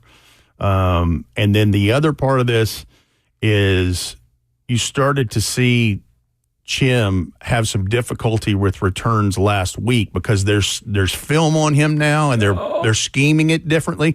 I guarantee you Bones Fossil is going to be working on that certainly today and the rest of the week and trying to open those things back up. But that's huge in this. But it's really wild to see how well the Patriots are doing this early on, knowing what Mike Vrabel inherited. Now, they did really well in free agency. They've done well in the draft. But, yeah, it's got his earmarks all over it as him being the head coach. I think one guy who came on a little bit in Vegas, and really 2 of them, both at the same position, Femi Oladejo, who unfortunately is placed on IR yesterday. And I really hate that for Femi because 2 TFLs in that game before he got hurt. I think Femi, as a traditional pass rusher, hasn't shown up in terms of the pressures and sacks and what we traditionally view as a pass rusher's role within the defense. But he has done a terrific job setting the edge and being a menace in the run game. He has a high motor. He is a guy that you like in the locker room. He is a leader. He is all of those things. So as you hoped the pass rush ability was going to come on as the season went, he was handling a lot of other stuff that was starting to get better. But so that's a negative. But I think a positive at the same position, Draymond Jones had his best game as a Titan on Sunday. And I know that he had not really flashed yet either. He was terrific. And I was down there on the field. He would have had 2 sacks in the game had it not been for a face mask penalty that I know he committed. That's on him. Down in the red zone that allowed the Raiders to get points. But PFF gave Draymond Jones an 83.1 pass rush grade on Sunday against Vegas. 60.0 overall. 2 pressures, 1 sack, 1 quarterback hit, 1 tackle as well. In addition to that, I thought it was his best game as a Titan. I thought it was an encouraging sign that without Arden Key, not only Jihad Ward, but now Draymond Jones are stepping up in what is a room that needs help. I thought Jihad and Draymond have started to come on in the last couple of weeks, and Draymond certainly on Sunday. And it's going to be needed because you just pointed it out. Don't know what Arden Key's status is because, They'll first practice will be today and injury report this afternoon. And, of course, those things change sometimes drastically from Wednesday to a Friday. Sometimes they don't. So there's a lot up in the air there. But, yeah, I'm with you. I hate it for Femi because – and Mac said it very well last night on Mac Talk.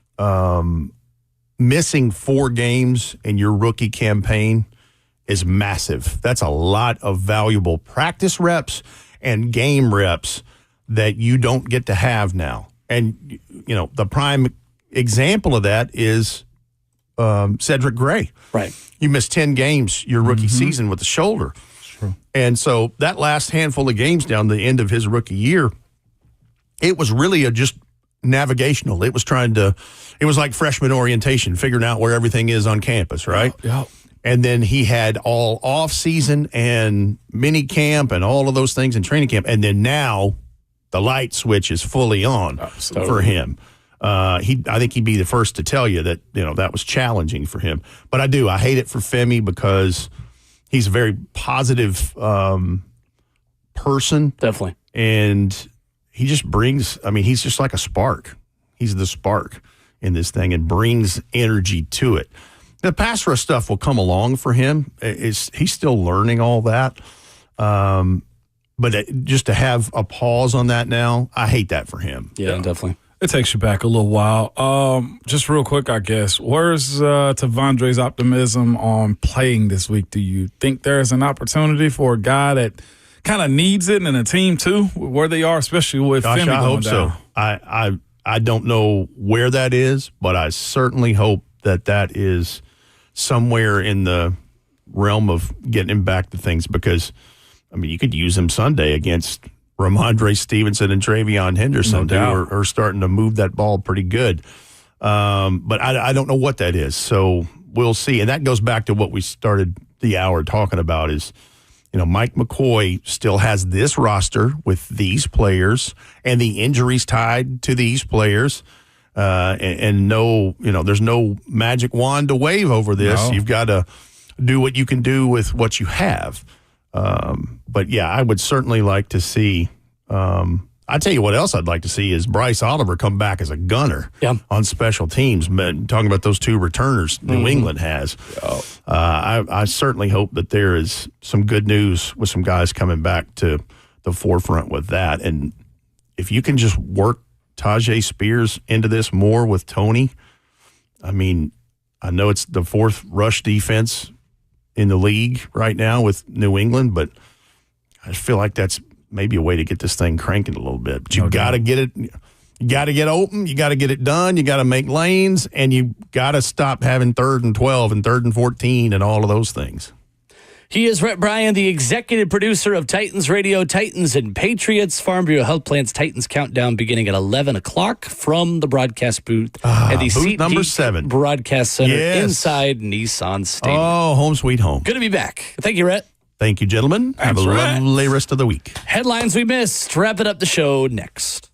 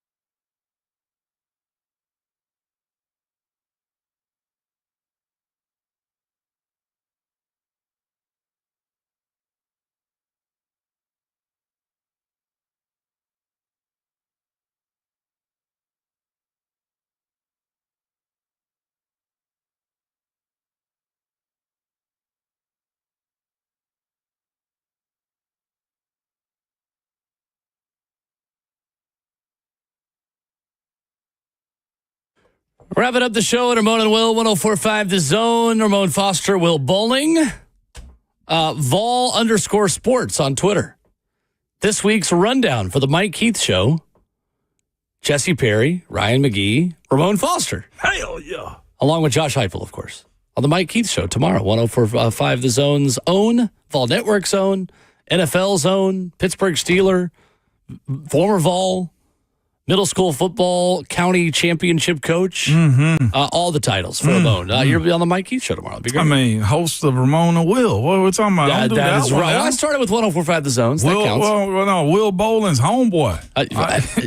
Partner. You're right. Yeah, That's on what me. I'm talking about, man. But it's cool. It's gonna be a good episode. They caught me in some crazy moments this weekend looking at these penalties. Ashley Farrell, y'all know she's former Titans Radio, also, and she does a lot of content. And realizing that the GoPros are going all the time in the studio, the good moments are awesome. Me losing my mind over these penalties, oh my gosh, she's got me dead to rights and overreacting. I can't remember what penalty it was, but in the second half, all I heard is my favorite moment of the whole game. I just hear the penalty. It ended up being on Tennessee, and you go, what? It's probably the offsides where William Satterwhite just picked up the ball. And it was called a snap infraction. It was. He's clearly the only over reason the why he line. moved was because the defense was in the neutral zone.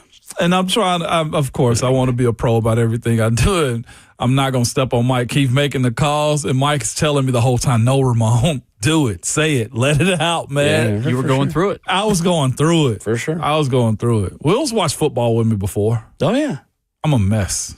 You know I am, too. It's one of the many reasons this dynamic works, isn't it? We all are. That's absolutely right.